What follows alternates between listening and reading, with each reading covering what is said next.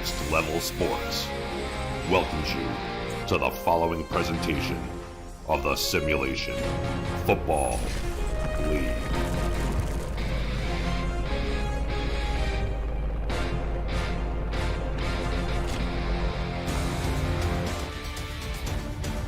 It's sunset on SFL Semifinal Saturday as it continues from the Charm City, where two teams are just 2 wins away from picking up SFL Championship number 2 in their franchise's history. It's number 4 Mexico City against number 1 Baltimore, with the second spot in next Saturday's Season 17 Simulation Football League Championship game still at stake. Good evening, everyone, and welcome to Vultures Stadium in Baltimore. Alongside producer extraordinaire Cameron Irvine, Mike St. Green back in the studio, our statisticians Mark Lopez and Justin Reside, and my partner, the great Andy Hamilton. I'm Tim Hackett. You're watching the SFL semifinals presented by APM Music on Next Level Sports and for the fans. Happy to have you with us. Andy, 2 great offenses, 2 great defenses, really 2 great teams on display here tonight. It's shaping up to be a great battle in Baltimore. Yeah, great's the perfect way to describe it, Tim. Not only great teams with great histories, but also the coordinators and coaches going head-to-head in this matchup. You don't get much better than Ramos Lynn, Thomas Paternity, and Tim Johnston. So I'm super excited to see what they have cooked up. These offenses are high-powered. The defenses need to come ready to play today, and I'm looking forward to seeing what they have worked on for the past week to try and go up against one another. 2 elite ownership groups and coaching staffs, like you said. These are 2 groups of guys that have created 2 elite SFL franchises. Ramos Lynn with the Mexico City Aztecs, Tim Johnston and Thomas Paternity with the Baltimore Vultures. 2 teams that are looking for their second SFL championship, and they are 2 wins away from grabbing that. A win this week and then a date next week for the winner with the number 2 seeded Florida Storm next Saturday afternoon right here on Next Level Sports and for the fans. We've got 44 minutes and maybe more left to decide who meets the Storm next Saturday. Baltimore will get the ball first, and we are underway from Vultures Stadium. Giovanni Bolt, one of the greatest kick returners in this league's history, will get out to the 24, and that's where the Vultures will start things off. The Vultures have been fantastic on offense all season long. The number 1 seed in the SFL playoffs at 11-1. They won their first 11 games of the season in pursuit of the SFL's first undefeated season in about a half dozen seasons. That came up short in the last week of the regular season. A surprising loss on the road against London. They're back to form with a win against Las Vegas in the quarterfinals last week. The Southpaw Jack Wigmore, his first throw of the game is caught by Ivory Irvin. Not a surprise, Andy. The SFL's leader in targets, 139 in the regular season. Nobody was looked at more than Ivory Irvin. Yeah, and they throw the ball a ton here in Baltimore. Over 500 passing attempts for Jack Wigmore in the regular season. 4th most in the league. Has the most passing touchdowns. He starts with 50x spot and finds Irvin to get this game opened up. Wigmore has turned into one of the SFL's elites at the quarterback position. Gain of 5 to start. He will throw it again into traffic, and it's picked off. This young Mexico City secondary has a takeaway on the second play of the game. Gerard Brody, one of 3 rookie corners for Ramos Lynn's defense, picks off a possible MVP candidate on the second play. It was an interesting concept here. They sent 2 tight ends down the field. That's Lloyd Graham Jr. he's trying to target, and Brody makes the skyward play, and those cornerbacks are the weakness in this Mexico City defense. That's no slight to them because they are great players, as apparent with that interception there, but certainly not the strength of the Aztecs defense. But early in this game, they make Wigmore pay. 3 interceptions now in 2 games in his first postseason run for Gerard Brody. First pass for the Hall of Fame quarterback Matt Wilson. It's on the dot for a first down to Jason Bartley. So the 2 number 10s making catches on the first offensive plays for each team. Bartley right across the middle. And Tim, one thing about Mexico City's offense is the 2 running backs in the back force you to cover the middle of the field in the run game and the flats in the passing game. Not many teams make you cover both of those very well. Baltimore has their hands full this evening. Matt Wilson in his 12th season as the quarterback for this team dots it in, and it's dropped by Bartley, who was covered extremely well by the cornerback Austin Brigham, number 1 defensive back, or at least cornerback for this Baltimore team, which is fantastic at taking the ball away.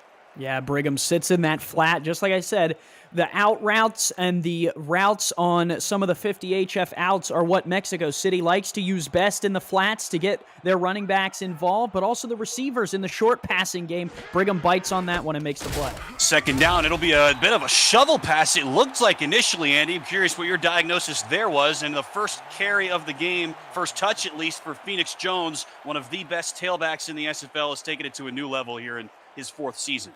A little bit of a draw, which is interesting. Haven't seen Mexico City run that too much this season. Usually, if they're going to run the ball, it's behind either number 83 or number 28.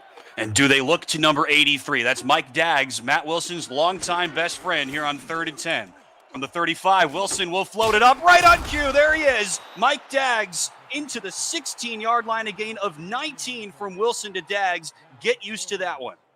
Alvin Mack, 9 pass deflections this season, but it is a very tough request to ask him to cover Mike Daggs on the 50Z tight end cross. That back shoulder throw from Wilson is nearly unstoppable, Tim. Yeah, 9 pass deflections and 6 picks, both fantastic numbers for a linebacker. Now somebody on Baltimore jumps as Wilson floats it out. Phoenix Jones out of the backfield. There's your key, Andy. They hit Jones once again. It will be a gain of about 4 or so. We'll see what the penalty is.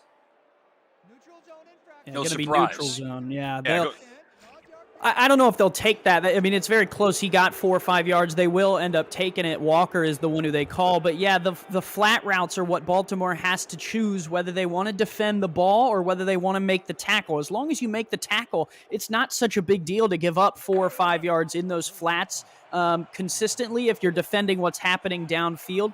The problem, though, Tim, is when they break a tackle, and Ray Bentley and Phoenix Jones have been known to do that from time to time. Jones really doesn't catch the ball very much, and they will throw it out of the flats once again. It's caught. Touchdown, Mexico City. Bill Henry, the rookie tight end, with just his 2nd catch of the playoffs. He had 6 catches all regular season. It's his first career touchdown, and Mexico City strikes first. Yeah, and a beautiful way to use him. This tight end swing route over here gets him open on a little bit of a swing. Now, here's the key. 83, Mike Daggs blocking down the field, the other tight end. He says, I've caught enough touchdowns. Let's get you one, Bill. He's got 6 this season, a ton in his career, one of the most dynamic tight ends in SFL history. Talking about Mike Daggs and Bill Henry, who joined this team mid-season ahead of week 7 for Mexico City. Only 6 catches in the regular season, like we said, only 1 catch last week, and now he's got his first career SFL touchdown as Mexico City tries to get back to the title game for the first time in almost exactly 4 years. What a way to take advantage of that interception, Andy. Right down the field they go into the end zone for 6. Yeah, and the other thing Mexico City does really well is own the time of possession, Tim. They're incredibly good at taking the air out of the game and forcing you to be nearly perfect in terms of when and how you score. That early interception puts some pressure here on Baltimore. They have to be careful and not throw another one. You can see that drive summary down there in the bottom left, another part of these dynamic stats that Cameron Irvine and company are rolling out over the course of the playoffs. So Baltimore trailing, something they barely had to face all season, Andy. Again, the number 1 seed here in the SFL playoffs in season 17, 11-1 in the regular season. Their offense was fantastic, averaging just south of 40 points scored per game. That was best in the league. In that 11-1 season, hardly any of their games were close. Almost every game was decided by 2 possessions or more. A lot of them were decided by more than 2 possessions, 5 in fact. Only 2 one-possession final scores this season. Wigmore zips it in. It's caught just short of the first down line. That's more like it for Jack Wigmore. And Mexico City's got a good tight end that wears 83. So does Baltimore. Yeah, second target there for Lloyd Graham Jr. He was the one on the interception that they were looking for. That one was underneath enough where it was KT Harrell who was in the coverage. You have to be careful with some of those middle routes that you don't target the talented safety Jeffrey Daggs. Gain of about 9 for Lloyd Graham Jr., who was really eliminated last year in Baltimore's win. Last week, I should say, as Wigmore floats it up, and that's caught for another first down. First of the day for Baltimore. Mac Chima's got his first catch, and now you've heard from the biggest 3 targets from Jack Wigmore's side. Yeah, they flipped that X spot route. That was what Ivory Irvin ran on the opening drive for 5. That one there, good for first down yardage. Moves them to the 47 and keeps this passing offense, moving along. Gain of 10 for Mac Chima, the SFL's leader in receiving yards. Same play to the other side. Ivory Irvin lowers the shoulder and picks up 11. Baltimore offense starting to get into a groove. Yeah, so hard to defend that play specifically. On the backside, it sends 2 receivers deep into the middle of the field, so your safeties have to stay home. It's really kind of a one-on-one out there with the cornerback, and if you're trying to get a linebacker out into the flats, it's even more deadly. So luckily for Mexico City, they rally and make the tackle. Baltimore across midfield for the first time, trailing at home. Wigmore out of the flats, out of the backfield rather. Here's Jimmy Hazard. First touch of the day for the rookie tailback, Jimmy Hazard. Baltimore's first-round pick in their most recent SFL draft. What a strange season it's been for him, Andy, because he really was not used much at all as a running back, but when they used him, he was fantastic. Yeah, incredibly effective, 6 yards per carry, but the 23rd most carries in the SFL, very underutilized, but when he was in there, he did his job. One of the Aztecs jumps as Wigmore floats it up. It was in and out of the hands of Gerard Brody, but it's not going to matter. It should be our second offsides call of this game, which is a little bit of a surprise from the Mexico City side of things, Andy, because unlike Baltimore, which we'll talk about, the Aztecs do not generate a lot of pressure typically. Well, they may not generate a lot of pressure on film, but I tell you what, those 3 defensive linemen in the front 7 with those 3 talented linebackers, you cannot underestimate what Mexico City brings in that front 7 to the table. Yeah, the linebacker trio is really good, no question about it, and that's Dan Tritz, who is their most dependable pass rushing option, who was fantastic last season as a rookie. A bit of a down year for him this year as a sophomore with 10 sacks, 17 TFLs. Most defensive tackles in this league would kill for those numbers, and it's a down year for him. Pretty crazy. They get him there. Baltimore takes the penalty, 2nd and 4. Wigmore. Here's Hazard once again, his second catch already. He stopped after a spin move, limited to a gain of about 6 by KT Horrell, the middle linebacker and one of the aforementioned linebacker trio here for Ramos Lynn. Yeah, that formation there, Tim, might be the key to today's game. And that play, the screen to Hazard, is good for 7 or 8 there, gets them the first down. And what it does is it takes some of the linebackers out of the game because it's forcing them to run basically, half the field over to the sideline in a quick period of time, which the running back is always going to beat a linebacker in a foot race. Very interesting to see that play in the playbook for Baltimore. 2 catches already for Hazard. Wigmore back to the air. Here's Irvin. Spin move out of the first hit, and he gets the first down. That's now worked 3 times in this game already for Mexico City. A gain of for Baltimore as Mexico City makes the stop. Ronnie Watson, the linebacker, is there, but not before Ivory Irvin picks up another gain of 11. Ivory Irvin, most targeted in the league, 5th most receptions, 2nd most yards in the regular season. He's got 26 on the day today, and they've been using him more in the short routes, but I wouldn't be surprised to see him go deep sooner rather than later. From the 17, they'll go short once again. Hazard is snowed under. Excellent rallying tackle. Back-to-back stops made by second-year outside linebacker Ronnie Watson. So here is the Baltimore offense. Jack Wigmore, 3rd-year quarterback. Jimmy Hazard is the tailback. T. Roy Gaines, the veteran fullback, paves the way. A trio of wideouts, Ivory Irvin, Mac Chima, and Daley Holder. The tight end, Lloyd Graham Jr., and the place kicker is Shark Tarkington. So no gain that time. From the 17, Wigmore, Cox fires, back of the end zone, wide open, caught. Touchdown, Baltimore. They respond right back. Mac Chima's got his 2nd of the playoffs. Well, and there it is. Baltimore lulled Mexico City to sleep a little bit, pulling them on the outsides, on the out routes, and then bam, one shot deep down the middle of the field, and the Aztecs get caught lurking in the backfield, and it's 6. Well, rookie cornerbacks giveth and rookie cornerbacks taketh away so far in this first quarter for Mexico City, Andy. I think now's about as good a time as any for me to bring this up to you. You've been in this league a lot. You're an owner and a head coach in this league and a GM. You know how to build teams. You've been all those positions in the past. It's stunning to me to see a team in Mexico City have their top 3 cornerbacks all be rookies. It's rare enough to see a team with one of their top 2 cornerbacks be rookies. We saw it with Queen City, for example, for this year. Cody Griffin is a rookie, had an outstanding year as their number 2 corner. Most teams in the SFL, their number 3 corner is a rookie. They're nickelback. That's pretty common, in fact. But for Mexico City, their top 3 corners are all rookies. And on their first defensive possession, Gerard Brody gets a pick. On their second possession, Jermaine Menafield leaves Mac Chima wide open for a touchdown.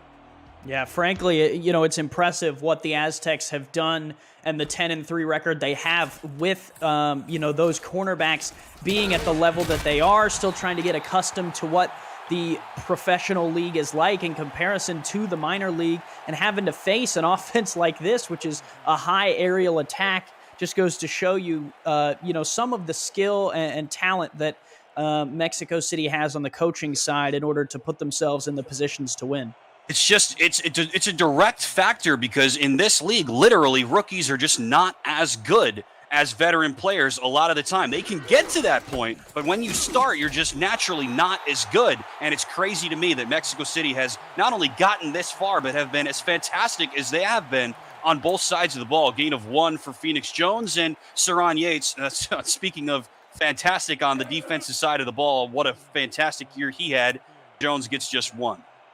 Yeah, 19.5 sacks for Saran Yates and 25 tackles for loss. That's first and second best in the SFL in those two categories. Got to be picking up some hardware in the offseason, no doubt about it. Wilson to throw this way, caught by Fox Highwind. Mexico City's number 1 wide receiver has his first catch of the day and a pickup of 4. Team leader in catches and receiving yards, but only 2 touchdowns in the regular season.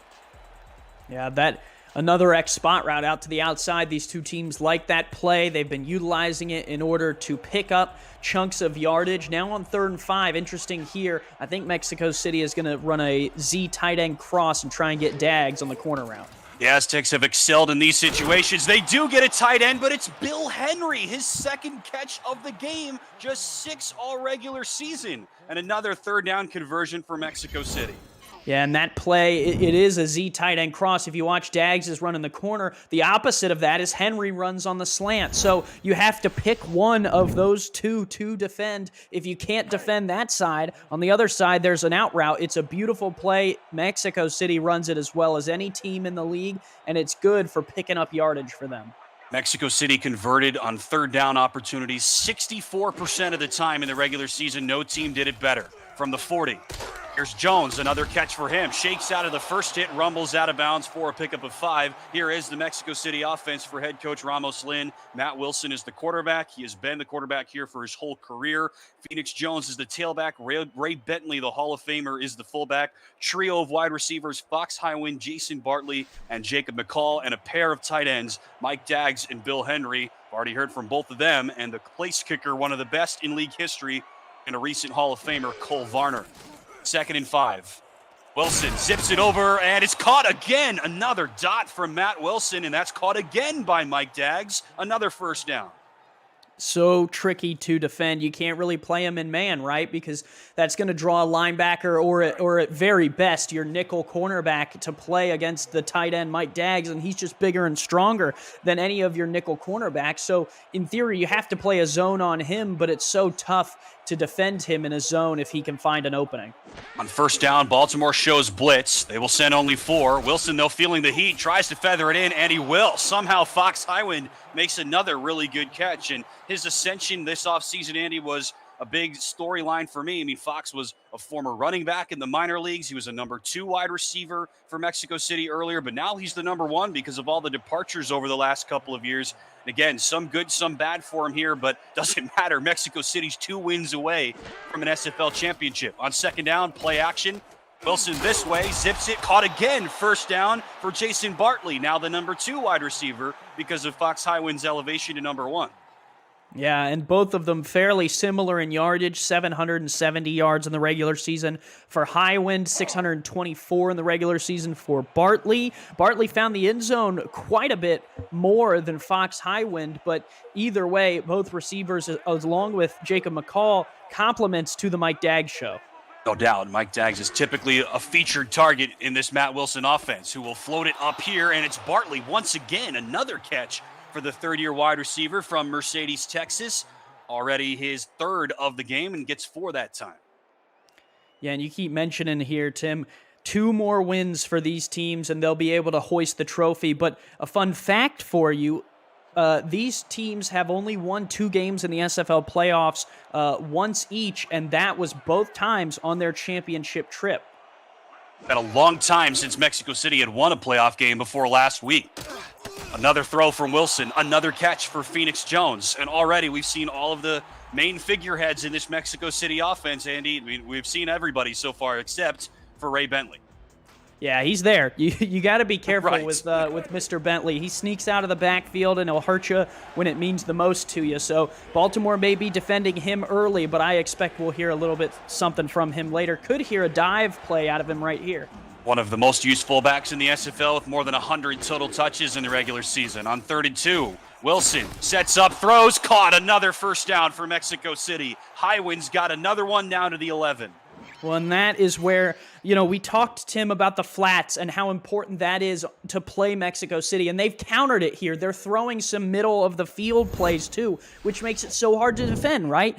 That's the game in the SFL as a coach. You think a team is going to do A, and they end up doing B, and they can counter what you expect to see. Baltimore tries to defend the flats, middle of the field wide open. Middle of the Baltimore defense might be its strength, however, as Wilson floats it to the back, and the middle of that Baltimore defense was ready that time, looking for Bartley in the back of the end zone. A couple of guys were there, including Troy Loshaw, who was a standout last season, a slightly down year by his standards, but he was still fantastic. Yeah, and it's a battle in this game between Hall of Famers like Matt Wilson and legends like Troy Loshaw and newcomers, younger players who have similar aspirations. Jack Wigmore kind of the counter there to Matt Wilson, one young, one old. Jeffrey Daggs kind of the counter to Troy Loshaw.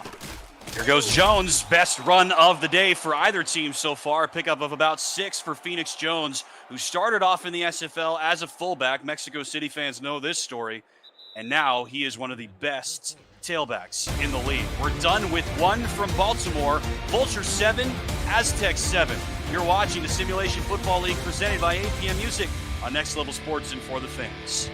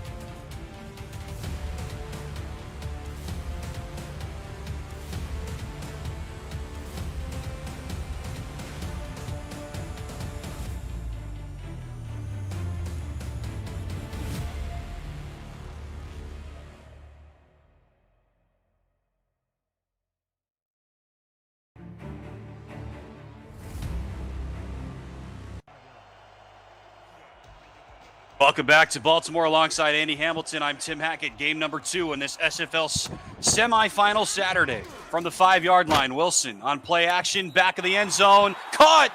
No, out of bounds. Mike Daggs had it, but he stepped out first. 4th down coming up.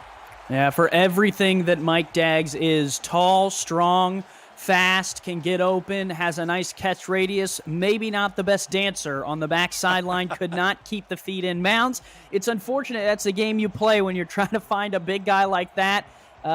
Sometimes he's going to miss catches like that. Mark Lopez telling us now back-to-back incompletions from Matt Wilson after he had completed his previous 11 straight. Both passes to the back of the end zone, one for Bartley that was broken up, one for Dags, just not quite on the same page. And that sets up a 3-point opportunity for Cole Varner, and he knocks it through. No surprise here, two of the best kickers in the league on display here this evening. Varner, 25 of 25 in the regular season, 2 of 2 last week, and the SFL's all-time leader in field goal makes and field goal attempts. Today's aerial coverage provided by Dags DroneWorks, aerial photography and videography services in New York State.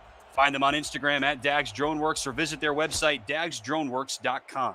Mexico City back on top for the second time in a deep kickoff from Varner.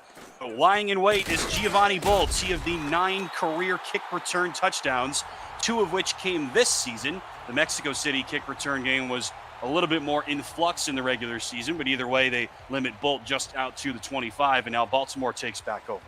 Yeah, Giovanni Bolt, one of those guys, you might as well make his nickname Oxygen, because every time he touches the ball, you need to hold your breath. You just never know when he might break one of them off.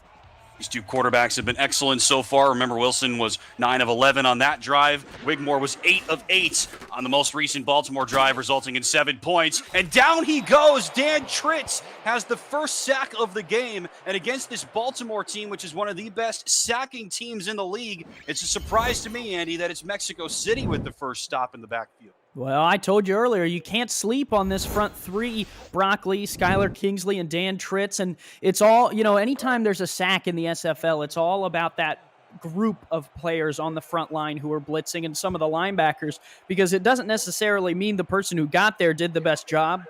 Sometimes it's the other people creating the opportunities. No doubt. Very well said. And a loss of 5 on first down for Wigmore and company. He'll try to get it back as he fires it up, and it's caught on the sideline. No way is right. Somehow, Ivory Irvin makes the catch, and a gain of 16, first down. Gerard Brody is going to need a new top hat after that one. Ivory Irvin just went up and over him. I mean, come on. You got to be kidding me. There's no way that happens too many times in a row. I don't know how he got his toes down before Brody, who was right on top of him, as you said, pushed him out of bounds. But no challenge coming from Ramos Lynn. It's a first down, and Irvin is off the field as Mexico City stacks the line. Here's the give. First carry of the day for T-Roy Gaines, the veteran fullback. These two teams have similar profiles. Gaines started his career as the Baltimore featureback. Now he's the fullback, paving the way for Jimmy Hazard, who Baltimore thinks will be a star in this league. Exact same story for Mexico City, just not quite as immediate. Ray Bentley was their standout tailback for many years, retired for a season that allowed Phoenix Jones to become the star running back. Now Bentley is back, the Hall of Famer, serving as the fullback for Phoenix Jones in what could be an Offensive Player of the Year season for him. 2nd and 4. Wigmore floats it up. Hazard out of the backfield is stonewalled. Another great rallying tackle by the Aztecs, loss of 2. Yeah, one-on-one. Good play by Dexter Jackson to make it over there and then be able to wrap up a guy like Jimmy Hazard in the flat, because if he doesn't, Hazard's got a first down and more. Instead, makes it a 3rd and 6 with a big tackle for loss. Huge play from Dexter Jackson. I mentioned Mexico City best in the league on 3rd down offense. Baltimore was 6th, not too bad. On 3rd and 6, Wigmore fires. Irvin makes the catch, and he's wrestled down from behind by Gerard Brody. Another first down from Wigmore to Irvin. Down to the 25 they go. Yeah, and those type of routes are the type of routes that Baltimore will be keying on today, is getting outside of the numbers there, one-on-one with the cornerbacks who are young in Mexico City, maybe aren't at the level of progression across the course of their careers to this point to play one-on-one with guys like Ivory Irvin, who's the best the league has to offer. So when you can get outside of the numbers so the safety isn't involved in the play, attacking those weaknesses on the Mexico City side is going to be key. You see at the bottom of your screen a gain of 36 on that play. Wigmore again looking the same way and the same result. Ivory Irvin's got it. 25 yards, touchdown Vultures. They take the lead. Yeah, interesting there. Mexico City goes bump man, and you can't play bump man against Ivory Irvin, especially not when he mossed one of your defenders earlier on the drive. He goes right around Brody here. That's a slant, and he beats the safety to the spot, makes the play, not even in the frame. Huge touchdown. That drive was all number 10. They had 2 of their rookie corners stacked over there. Gerard Brody, their first-round pick, and Xavier Hawkins, their third-round pick.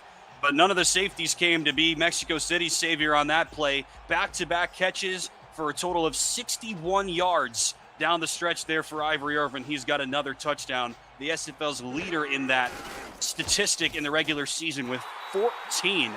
Again, the leader in targets, first in touchdowns, second in yards, fifth in catches. Possibly the best wide receiver now in the SFL in just his 4th season, and he's been great in the postseason already. Yeah, speaking of great, Jack Wigmore opens the game with an interception. Right. Now 13 of 13 since that pick, 146 yards, has been untouchable since the early mistake. Irvin last week, 6 catches, 115 yards, and a touchdown already unofficially in this game. 6 catches, 102 yards, and a touchdown. We've barely played a quarter and change, I should say. Is a short return for Jacob McCall, who did not start the year returning kicks. He really split time with Jason Bartley, but it has been McCall of late. He was the guy returning kicks for Mexico City last week as they beat Vancouver in the thrilling game, the 4 versus 5 matchup, a 3-point win for Mexico City. The Legion have never won here, in Estadio Azteca south of the border, and now Mexico City has to go on the road to play the number 1 seeded Baltimore Vultures. Here's Phoenix Jones, breaks out of the first tackle and then gets plastered by middle linebacker Frank Smith, gain of 5. Yeah, off tackle run. Usually Phoenix Jones and Ray Bentley find their way through the middle of a defense, so interesting to see them go outside. Another one of those counters that the coaches try and put in, not a run counter, but a change in what you usually do to try and throw a defense out of whack. Sure, try to counter expectations. That's really the key to success in this league, as you well know. 2nd and 5, bunch set at the top for Mexico City. Wilson floats it over the middle. It's caught and then fumbled, they say, by Dags. Who's got it? Initial calls say Baltimore ball. Ben Stackenpaper picks it up after the fumble by Mike Dags. So we're looking for a catch and a football move. Now, does that constitute there a catch and a football move? I would argue no, Tim. I think we're going to have to, since it's a turnover, they will take a look at this. I wouldn't be surprised to see a challenge, and there it is. There you go, right on cue like normal, Andy, and my mistake there. Stackenpaper was who forced the fumble. Frank Smith, the middle linebacker, picks it up. But we see this a lot in the SFL, Andy. It was a bang-bang play literally for Mike Dags. As soon as the ball hits him, so does Ben Stackenpaper. We'll get another look. Yeah, and credit is where credit is due. I mean, that's a rocking shot on a tight end who's not a small man, but I just don't think he had enough of it. 6'7", Mike Dags against 6'3", Ben Stackenpaper. A big call in this game. It's going to go Mexico City's way. They'll call it an incomplete pass, and the Aztecs dodge a major bullet. And Baltimore, I think Baltimore fans won't be happy that that's the call, but it is the right call. I don't think that Mike Dags hauled it in and made a football move to force the fumble.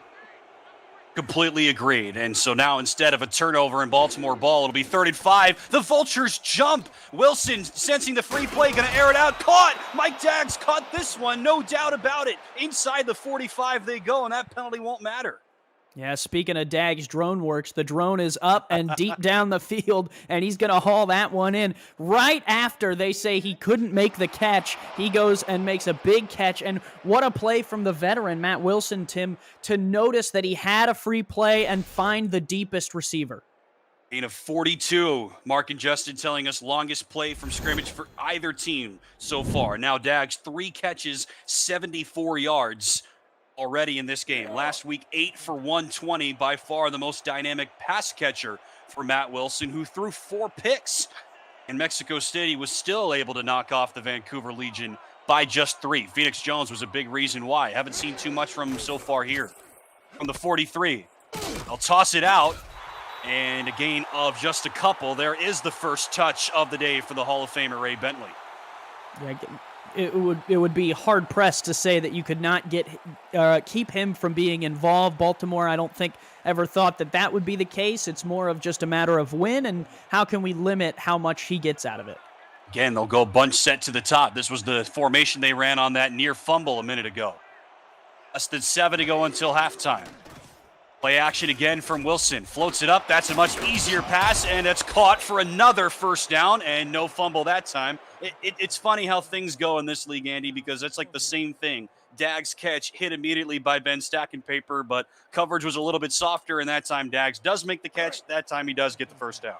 Yeah, and it's bump man, Tim. It's Keenan Samuels, the outside linebacker, tasked with keeping up with Mike Daggs, and it's not something that Samuels is going to be able to do. From the 31, Wilson this way, caught out of the backfield by Jones, lowers the shoulder and blows through stacking paper and gets to the 12-yard line. What a play after the catch by Phoenix Jones. Exactly what you talked about earlier, Andy. Yeah, it's called 50 HF outs, and what it does is it flares your fullback and running back out into the flats like that, and when you have talented backs like Phoenix Jones and Ray Bentley, it's a perfect play for your offense. Mexico City runs it a lot, and Baltimore on this play does not try and defend the throw. They are just trying to make the tackle. Well, that's great and good when you can tackle Phoenix Jones. When he lowers his shoulder like that, he turns a 9-yard catch into a 20-yard reception and changes the game. Nobody can tackle Phoenix Jones, it seems. Not even Frank Smith, who had nearly 100 in the regular season. Baltimore jumps off sides again, and that's good news for Mexico City because Phoenix Jones is going to go out of bounds. I think we know what this call is going to be, so now is as good a time as any to introduce you to the Baltimore defense for Tim Johnston, who runs the defense for the Vultures. Secondary, Marvin Himes, Austin Brigham, Ben Stacking Paper. The safeties, Giovanni Bolt, Troy Loshaw. Linebackers, Frank Smith, Keenan Samuels, and Alvin Mack. And this front four, they are fantastic. That play aside, Tucker Lewis, Al Walker, Nate Brown, and Suron Yates IV, who was guilty of that infraction. Second time today that we've seen that out of Baltimore. Seen that from both teams already here in this first half. Split backs for Mexico City from the 7. Here goes Jones, and a pickup of about 4. Stopped from behind by Tucker Lewis. Another strong power run for Phoenix Jones.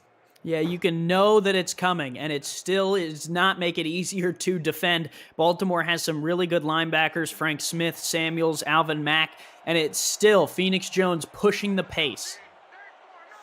The best tailbacks in the regular season, Phoenix Jones. They will go away from him here as Wilson floats it back of the end zone. That time it works. Fox Highwind's got it. Touchdown, Aztecs. They go back ahead. And if at first your tight end can't tap the toes, see if your receiver can. Wide open in the back of the end zone. They schemed him that open. Brigham has to adjust late to try and get back. Fox Highwind can certainly wrap his hands and get the feet inbounds on that one. And the Aztecs answer the Vultures down the field. And that, Tim, is going to be the key to today's game, is just simply which team doesn't break first, which team can keep the scoring alive and going. I mean, we expected a lot of offense from both sides. These are two of the more dynamic offenses in the league. As the extra point from Varner is blocked, and then it's picked up by an Aztec that I'm not sure, that might have been Ronnie Watson, but that is stunning, Andy. A straight-up block of a PAT. Let's watch it again. Yeah, ooh, right through the middle there for Baltimore. That was Bishop Mutombo, the defensive tackle, 6'3", 310, makes a play in this game, which cuts it. It's only a 2-point lead now, Tim. A field goal would put Baltimore ahead. Huge play. Yeah, it could end up being one of the plays of the game, no question. And poor Yuki Yamada, backup quarterbacks in this league, really don't get the opportunity to do very much. All he does is hold, and then he decided to just go out there and get absolutely waylaid by Bishop Mutombo. Another solid return here for Giovanni Bolt. Mark that one down back at SFL HQ for the halftime show, Cameron Irvine and Mike St. Green, because that could end up being a huge play. Cole Varner did not miss a field goal in the regular season, and a block of an extra point to keep Mexico City's lead at just 2. Well, the Baltimore offense is back on the field, and we've already seen them be pretty electric so far in this game. They were very good last week against Las Vegas, scoring 47 points and winning by 13. No carries so far, though, for Jimmy Hazard. Wigmore trying to throw. Down he goes once again. Another sack for Mexico City, and it's Dan Tritz once again. Yeah, and that, it almost looked like they didn't rush 3 there, they rushed 1, and it was Dan Tritz, and he made it through. Unbelievable stuff from Tritz one-on-one with an offensive lineman, making his impact in this game. Second sack for him. Remember, in the regular season, Mexico City just 17.5 sacks as a team. Suron Yates had more than that by himself for Baltimore. Second and 3. Dan Tritz, back-to-back sacks. Wigmore goes down again, and it's 3rd and 15. Dan Tritz, man. I mean, you were saying earlier there, Tim, that the front three of Mexico City, not necessarily the biggest impact. Dan Tritz took that to heart. Clearly. And they only had one sack last week against Vancouver. Tritz had that one. Now he's got a hat trick in the first half. It's crazy. 4 wides to the top for Wigmore. He zips it. 3rd and 15. Who cares? Wigmore to Mac Chima. A huge gain out across the 45. And that is the one thing about Baltimore, is that Wigmore has no fear of throwing down the field. It's another one outside the numbers, keeping away from the 2 safeties, one-on-one with the cornerback. Wigmore fits it in. All 3 starting cornerbacks from last season for Mexico City are gone. Hans Ayumi, Jack Napier, and Zarin Pryor, their top 3 corners from a year ago, all gone entering season 17. That's why they had to go completely through the draft to rebuild the secondary. Wigmore trying to exploit it again, and he will. Back-to-back big catches for Mac Chima, and Baltimore's inside the 20. Yeah, you cannot hide anything against the Vultures coaching staff. When you have areas of your game that you are trying to, protect yourself from, Baltimore is going to try and take advantage of it. They do so here. They send Chima on just a go route. The cornerback was biting down into the flats on a 4 cloud to try and cover something coming out of the backfield, or a quick out route like that 50X spot, which we've seen a couple times today. And Baltimore was able to take advantage, flip the field, now in the red zone. 61 yards total over those last 2 plays. Where have we heard that before? Ooh, that one was risky. Right into the waiting arms of Katie Horrell, the matriarch, as I like to call her, Andy. She once again gets Horrell family bragging rights here in season 17, but she couldn't haul that one in, 2nd down. No, and an incompletion there for Wigmore. Actually, the first incompletion outside of that pick earlier in the game. I mean, it's unbelievable to say that here this late in the second quarter. It's unbelievable how efficient Wigmore has been. Like you said, a pick on his 2nd pass attempt. Since then, he's been almost perfect. From the 18. A short pass that time. Hazard has his first touch in a while. Pickup of just a couple. Ronnie Watson makes the stop, so better late than never. Here's the Mexico City defense. Corners, Gerard Brody, Jermaine Menefield, Xavier Hawkins. The safeties that Andy's talked about, Jeffrey Daggs and Ben Charbs. Linebackers, KT Horrell, Dexter Jackson, and Ronnie Watson. In the front 3, Brock Lee, Skylar Kingsley, and Dan Tritz, who we've heard a lot from already. Get a look at him there. 3rd and 8, another 3rd down for Baltimore on this drive. Corner route, top of the screen. With 5 wides, they will go top of the screen, and it's caught. 2nd touchdown of the day for Ivory Irvin, the SFL's leader in touchdowns. He strikes again. The Vultures go back ahead. Yeah, corner route to the bottom of the screen, 50-50. I got it wrong, but Ivory Irvin gets it right, able to out-jump the cornerback over there. Again, outside of the numbers, away from the safety, you're talking about a one-on-one. Jeffrey Daggs can't get over there fast enough for Mexico City, and that's a very tough play to ask the cornerback to make to defend one-on-one against the top receiver in the league. Baltimore's going to use that all night, and to this point, Tim, we haven't really seen Mexico City counter it. No, we haven't, and you're right. It wasn't the top of the screen. It was like the top of the field from where the southpaw Wigmore was looking. The first person he looked at in his progression, I should say.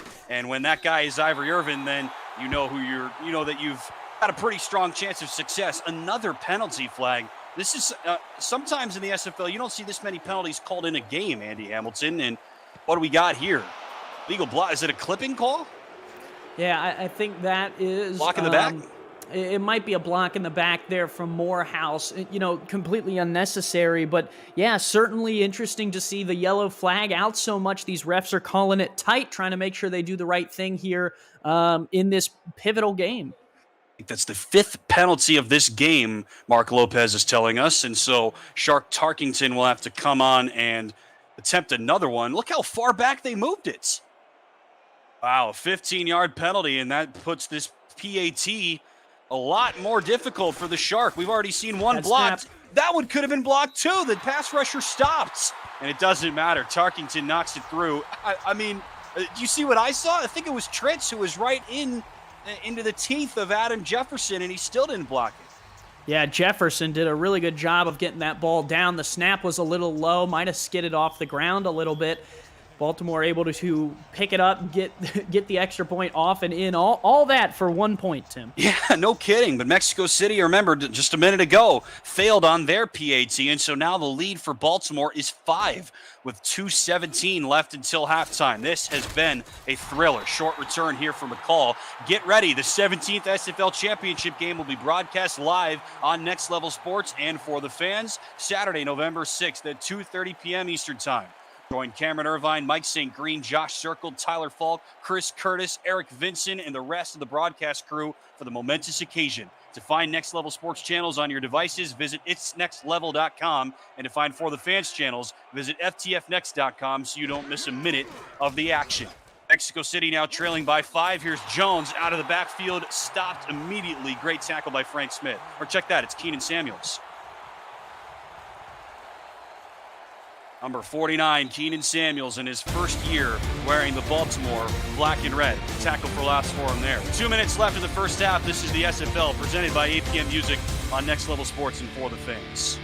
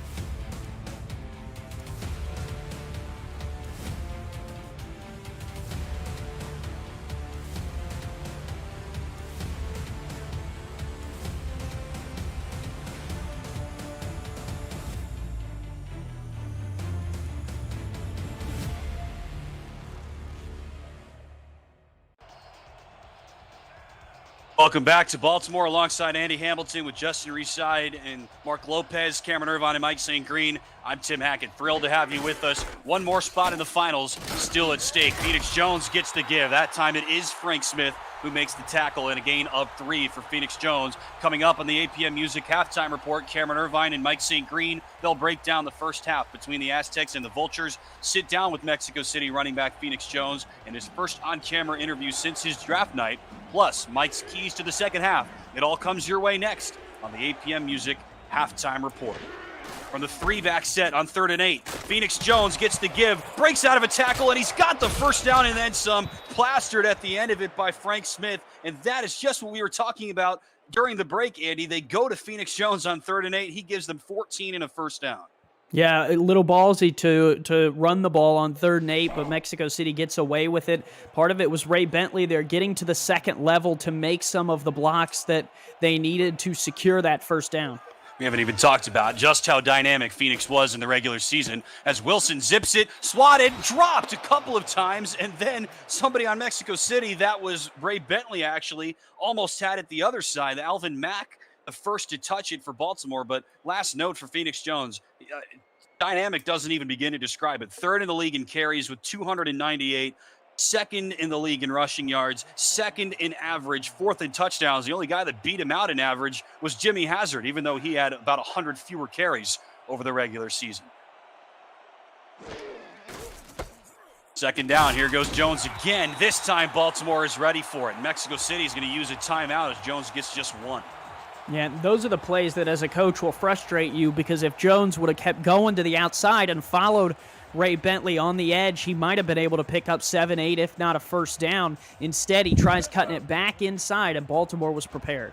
See the over-under at the bottom of your screen set by the fine folks at Jack's Data at 60.5. They might be onto something because of how good these two offenses have been over the last, 25 minutes of game time, 30 minutes of game time. Here's a zip from Wilson. That's caught, and another great catch from, that is Jacob McCall. Actually, his first catch. Another great throw, I should say, from Wilson. This is Mexico City's play. From the 42, 40 seconds left. Out of the backfield goes Jones. Lowers the shoulder. Can't get through Alvin Mack. Good tackle, gain of 7. Yeah, the Z tight end cross right here. Dags just keeps running this corner route. I wouldn't be surprised if they hit him, and the counter is a slant across the middle. Clock running with 26. Wilson over the middle. That's caught. Not a tight end, but another catch for a first down. This time for Jason Bartley. It's so hard to defend that play with all of the options it has. It has a slant, the corner route from the tight end. There's an out route on the opposite side by the number 1 or 2 receiver. It's a very tough play to defend. You can run it out of different formations. Mexico City does a great job of it with Dags, their quality tight end. That leaves some zones open for Jason Bartley to do some damage. Again, play action. Wilson gets smacked. First great pressure that we've seen from Baltimore in this game, and it's courtesy of Nate Brown on a defensive line that put up over 48 sacks in the regular season. Nate Brown had the fewest, and he was the closest to getting the first one today. Needed one more second to get that throw off, and Mike Dags might have been in the end zone for a touchdown, and Wilson just did not have the time that he needed out of his offensive line. 4.5 sacks this regular season for Nate Brown and 11 TFLs. Solid numbers for a number 2 D tackle, though. Wilson sidearm into traffic, dropped by Smith, and again, it could have been picked by a trio of different Vultures. That was Ray Bentley on a fullback streak, and again, Mexico City can breathe a sigh of relief. Yeah, the hard part there is you got to be careful. Bentley will leak out of the backfield, and sometimes he'll be open on that route, but when Wilson tries to throw it to him when he is not necessarily open like that, that means a lot of traffic. That looks similar to what Wigmore got caught in earlier in the game for the pick. The Aztecs will get the ball to start the second half, trying to strike before the end of the first as Wilson floats it up. Caught by Mike Dags. There he is. The tight end strikes again, and just before halftime, the Aztecs go back ahead. Yeah, really good play here. One-on-one with Bolt, the safety. Safety just misplays it. Mike Dags cleans it up for a touchdown, and that is a huge play, Tim, with 11 seconds left, because you can correct me if I'm wrong, but I think the Aztecs get the ball out of the break. They sure do. After Baltimore got the ball to start, they threw a pick on their second offensive play of the game. Since then, the drive summary across these two teams looks like this. Mexico City touchdown, Baltimore touchdown, Mexico City field goal, Baltimore touchdown, touchdown, touchdown, touchdown. And if you, in case you are losing track at home, that makes 7 straight scoring drives for these two teams. Drives ending in at least 3 points, one of them ending in just 6 after the blocked PAT. But now, over the last 7 drives, 44 combined points for these two fantastic offenses, and we've got the thriller that we expected. It's certainly not done yet either. There's a whole 22 minutes on the other side of this, 11 seconds to decide who goes to the championship. 23-yard passing touchdown from Matt Wilson to Mike Dags, something that has happened a lot over the last 7 seasons for one of the best tight ends in league history and a recent SFL Hall of Famer, Mike Dags, for the work that he has done, most specifically off the field and in the background for SFL broadcast and on air, of course, is one of our main play-by-play commentators and the leader of our broadcast crew, but also in no small part credit to the work that he has done on the field as one of the league's best tight ends. So Baltimore's got 3 timeouts left, but only 7 seconds. How aggressive will they be?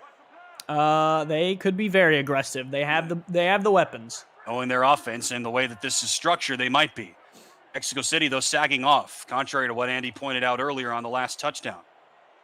Wigmore taking his time. 3 seconds on the play clock. They snap it barely. Clock running as Wigmore floats it up to Irvin. It's caught, and he spins out of bounds with 2. Perfectly done by Ivory Irvin, who's got nearly 150. Wow. Yeah, I mean, it's so interesting there, Tim, because if Irvin keeps in bounds there to try and score, right? Because there's the safety Dags there who's going to make that tackle. If he stays in bounds and tries to score, we're at the half, right? So he does something that rarely do you see in this league where he steps out of bounds with time left to give Wigmore one more throw to the end zone here. I mean, that might be the epitome of the most veteran play I've ever seen. And just that awareness, you're right. You don't see that among wide receivers here too often. They'll split it out with 4 wides to the top for Wigmore, and down he goes. It's 4 for Dan Tritz, and that is how the first half ends. The first drive to not end in points since the first drive of the game. And the Aztecs take a 2-point lead on number 1 Baltimore into the break. What a first half of action. We'll send you back to SFL Studios with Mike St. Green and Cameron Irvine after this. Number 4 Mexico City 23, number 1 Baltimore 21. Halftime show is next on Next Level Sports and For the Fans.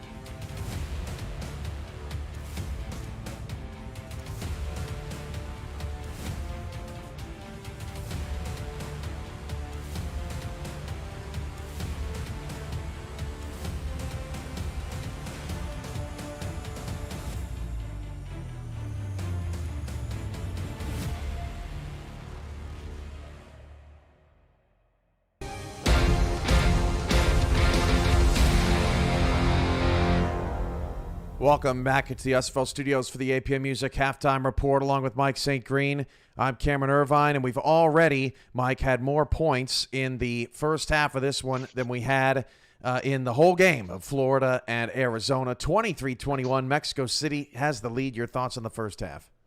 Wow, Cam, these teams are throwing absolute haymakers at one another in this first half. I truly did not expect this, in particular from Mexico City. I expected to see a lot of ground and pound and ball control from that run game, but no, they've come out firing and said, hey, man, we're going to match you guys pass for pass and punch for punch. And as it turns out, both quarterbacks have 3 touchdown passes under their belts, and man, we're in for a heck of a second half. Well, viewers saw Phoenix Jones just absolutely destroy 2 Baltimore defenders on his way to a red zone trip. And for the first time since he was drafted live at FTF Studios in Massachusetts, we had a chance to sit down with Phoenix Jones to catch up with him as he approaches top 20 records in rushing yards and rushing touchdowns to see how he's enjoying the deepest run that Mexico City has had since he was brought on and drafted as a fullback. Now a running back. Here's what Phoenix Jones had to say in our catch-up with People Behind Players this week. Welcome to this latest edition of People Behind Players. Today, Mike and I have a very special guest. It's the running back for the Mexico City Aztecs, Phoenix Jones, a draft, celebrity, I guess, Phoenix. One of the few players to ever be drafted live on television. How you doing, Phoenix? Doing well, doing well. I'm sure you have the clip, but I can send it to you if you need it. Yeah, we do. Yeah. Yeah. Hey, Phoenix, man, glad you could join us today. And as Cam was just mentioning, man, you had to be a part. You were a part of the coolest draft in SFL history. You're one of the few guys to ever get your name called and go to the podium and shake the commissioner's hand we would typically see in real life. What was that whole experience like, man, being up there for the draft in season 14? It was awesome. I mean, there was 3 of us that got called live. I think only 2 of us are left. The first one was obviously the first pick, Johnny, and I wasn't expected to get drafted at all. I had signed up that off season just maybe 3 weeks, and that was when they were still doing the off season. That's crazy. Yeah, it was crazy. I saw. I think that was the Vancouver. No, it was the Tyrants, and I think it was Denver. I think it was I think it was when Denver beat the Tyrants, and that would have been what, S13 probably, right? 13. Think so, yeah. And I saw it on, I think at the time it was 11 Sports or whatever it was, and I said, "What am I watching? What is this, Madden?" I thought this was Madden. I'm like, "What's happening?" And then as I Googled it and started getting into it, I'm like, "Holy cow, this is great!" Signed up. I think that was, like I said, probably a couple of weeks before the draft, and that's when you were banking off-season, progression, if you will. So I didn't have nearly as much as some of the other guys. But when the draft came in Boston, which is about an hour away, I said, I got to go. And so I did. And then luckily Ramos texted me, or maybe a couple of picks before, and said, "Hey, how do you want to come? How do you feel about coming down to Mexico City?" I'm like, "What?" I was just there for the experience, to be honest, because I didn't expect anything. But it was awesome. It was great.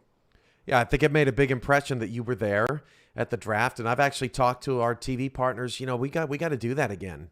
And we've got to promote it more as a destination experience, like a convention. We have the convention in the summers. Let's do the winter drafts, right, as a way to draft all these players, and I just think it'd be so exciting, and it was so exciting. I mean, we got to hang out after the draft. We all went to Dave and Buster's and had a good time, and it was just kind of a once in a lifetime thing. And it's amazing to me, Phoenix, that you waited 3 weeks to get into the SFL now you came in as a fullback, did you not? Yeah, that was the year of the fullbacks. I think it was 4 fullbacks drafted in that first round. And then you transitioned to running back, and now you've got 4 running backs in the SFLM who are superstars because they've been waiting for their opportunity for so long, almost a year and a half at this point, Phoenix. Is there any part of you that just feels fortunate for the stars to have aligned when they did? I mean, I think you couldn't have said it better than that, Cam. It literally, I was happy as a fullback. I was fine. It was, I started watching fullback videos, trying to get some hype videos in there just as a fullback kind of thing. But obviously the bulk of the work is running back. So when the opportunity came, Ray had to step away for a season, and Ramos said, "Hey, how do you want to be RB1?" I said, "Let's do it." And then it's gone ever since. And then last season he set the Aztec record for touchdowns with 19 rushing and receiving touchdowns. I think maybe I may have 29. I don't know. I think it was 19 rushing. So, which is exciting. So it's good. It's something that I can literally hang on my mantle. So. Yeah, and Phoenix, man, you seem to be I finally found the one player in the league that keeps up with his stats more than I do. He didn't say that, Mike. Don't label him like that. I know that you're aware of these numbers, man. Look, past 2 seasons, as you mentioned, you switched over to running back. I mean, you took over from one of the all-time greats in Ray Bentley. Over 2,600 yards in the last 2 seasons and 34 touchdowns on the ground. And you've truly become one of the stars of this league, and probably MVP candidate for this season for sure. What's that like, man? Being going from a fullback, as you mentioned, and you were looking forward to being that, and then now all of a sudden 2 seasons later, you're basically the face of the league right now. Yeah, like Cam said, it literally was the stars aligned, the Red Sea parted and said, "Here, come on in," and because it literally, a lot of people, if they were in a position where they were a fullback or a backup, and there was, there was, when the off season came around, I got texts or whatever. Hey, do you want to be RB1 here or RB1 there? And of course, the allure is always there. I mean, play fullback, kind of to a Hall of Famer, or do you want to try to cement your own legacy? I mean, Ramos and the guys in Mexico City, and of course, I met Ray at the draft, and Mike was there. Mike Daggs, of course, and they did an awesome job at the draft. So it's kind of like a whole family right there, And I stayed in Mexico City, and now, like you said, yeah, it's surreal going from fullback that had 300, 400 yards that first season, which was to me a lot actually. Ramos used me a lot. And then my first full season as RB1, I don't even think I had 1,000 yards. I think I was below 1,000. Last year I did have 1,000, but ran all over the place with touchdowns. And then this year, a combination of both, over 1,600 yards and 14, 15 touchdowns. So yeah, it's just it's awesome. It was a good choice that I turned on that broadcast in 2019. Do you remember, was it the championship that you were watching, the Seattle-Denver? Yeah. Wow, Yeah, what are the odds? Yeah, you turn on a title game. That's amazing. And Ramos knows how to use all of his tools so well, all of his players, and he gets all of them involved. And it's one of the reasons why you're in the semifinals. This is the furthest you've gone, Phoenix, in the playoffs. What would it mean to you to win a championship? What would you do? What would that feel like? Because I know you played some football in high school too. I'm guessing just because so few people win a state title that you never did. Maybe you did. I don't know. We'll find out. But what would that mean to you? Yeah, no, we were terrible. I don't even know why, because my offensive line across the board was 6'3", 300 pounds. I mean, they were massive human beings. But I happened to, my freshman year, we actually ended up playing against probably the best class of high school athletes in the state of Massachusetts. I mean, we had a guy that went to BC that was a 1,200-yard guy at BC. He was nasty, holds the state record. So if you guys want to Google state record for state of Massachusetts, you'll find how I'm talking about. The other guy played center field for the Expos. So, I mean, probably why we sucked is because we were playing studs.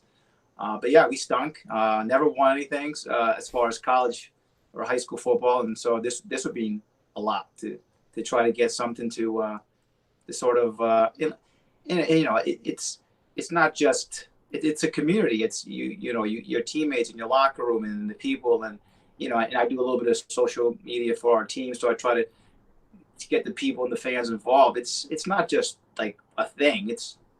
I enjoy it, and like Mike has alluded to a few times, I keep up with it. I try to keep up with the stats and all that because I think it's cool.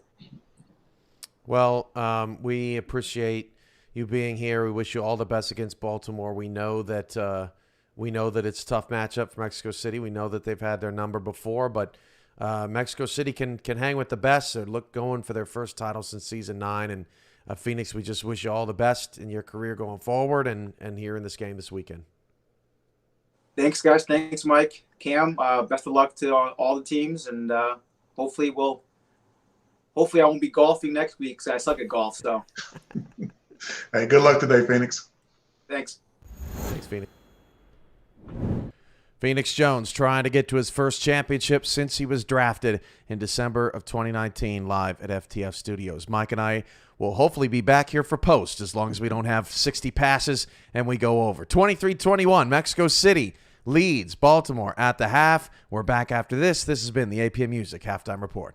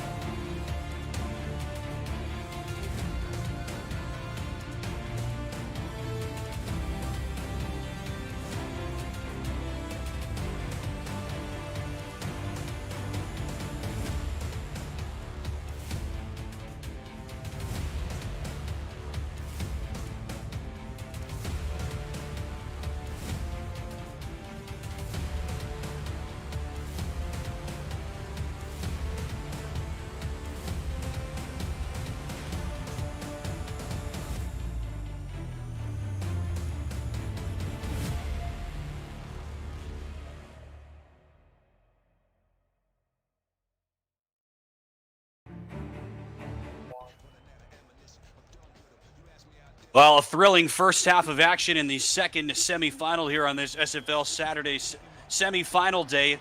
7 straight drives ending in points of some kind, and Mexico City, the number 4 seed, has a 2-point lead on Baltimore, the number 1 seed, as we begin the second half. The Aztecs on the road will get the ball. Deep kick from Tarkington, and McCall, who has been returning kicks for the last couple of weeks for the Aztecs, out to the 25. Happy to have you with us alongside the great Andy Hamilton. I'm Tim Hackett, Mark Lopez, Justin Reeside in the stat truck for us. Cameron Irvine and Mike St. Green holding it down in the SFL studios alongside Phoenix Jones with that really interesting halftime interview. And Andy, we didn't get to see too much from Phoenix Jones, the player, in that first half, at least not to the level that we're used to. We'll see if Mexico City tries to rely on him anymore now that they have a lead here to start the second half.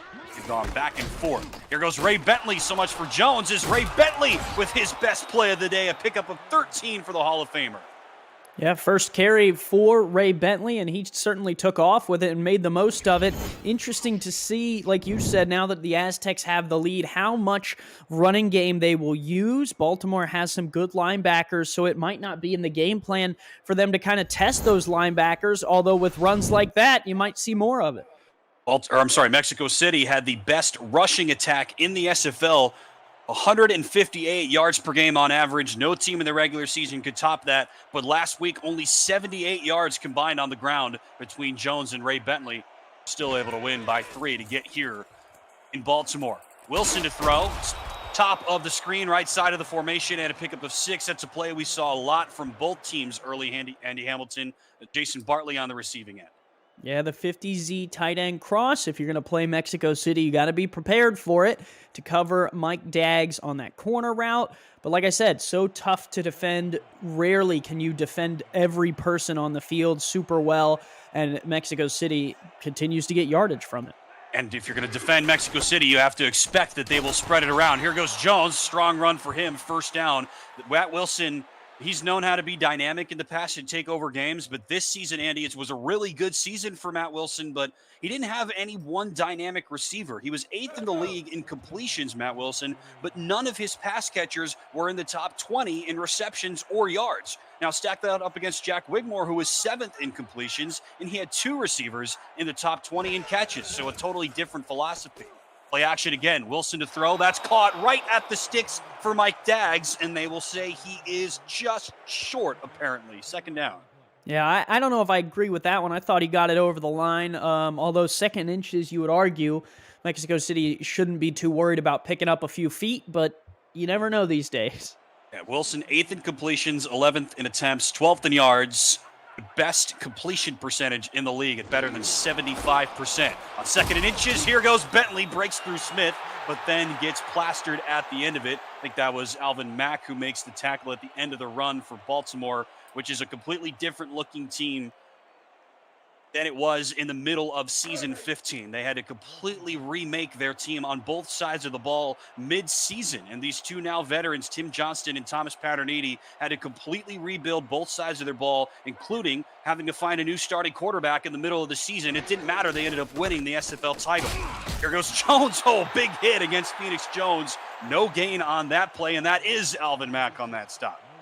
Yeah, the Mack attack is back. He's right up the middle. I mean, he's a tough outside linebacker to scheme against, and that's where I'm saying, Tim, I don't know how much running is in Mexico City's plans. With a team like Baltimore, you're trying to keep pace. You want to take air out of the clock and keep the ball in bounds and keep the clock moving, but running might not be the way to do it. Haven't been very successful at it here as Wilson hit as he throws. The pass is incomplete, and Nate Brown once again with the pressure on Matt Wilson. You look at this. The 3 defensive linemen not named Nate Brown for this regular season. Tucker Lewis, 11.5 sacks. Al Walker, 11.5 sacks. Saron Yates, the 4th, we've already talked about him, 19.5 sacks. Best in the league. Nate Brown, just 4.5. But since all of those other 3 guys have taken so much attention from this Mexico City offensive line, it's been Brown that's been the biggest disruptor so far for Baltimore. 3rd and 10, but remember, Mexico City is great on third downs. Wilson hit again, floats it up, and a diving catch is made. Inbounds, they say, by Mike Daggs. Superman style, he pulls off another near miracle. I'm interested to take a look at this. I don't know what part of him touched down inbounds before he went out here. We'll have to take a look. It's an incredible catch, not to take anything away from that.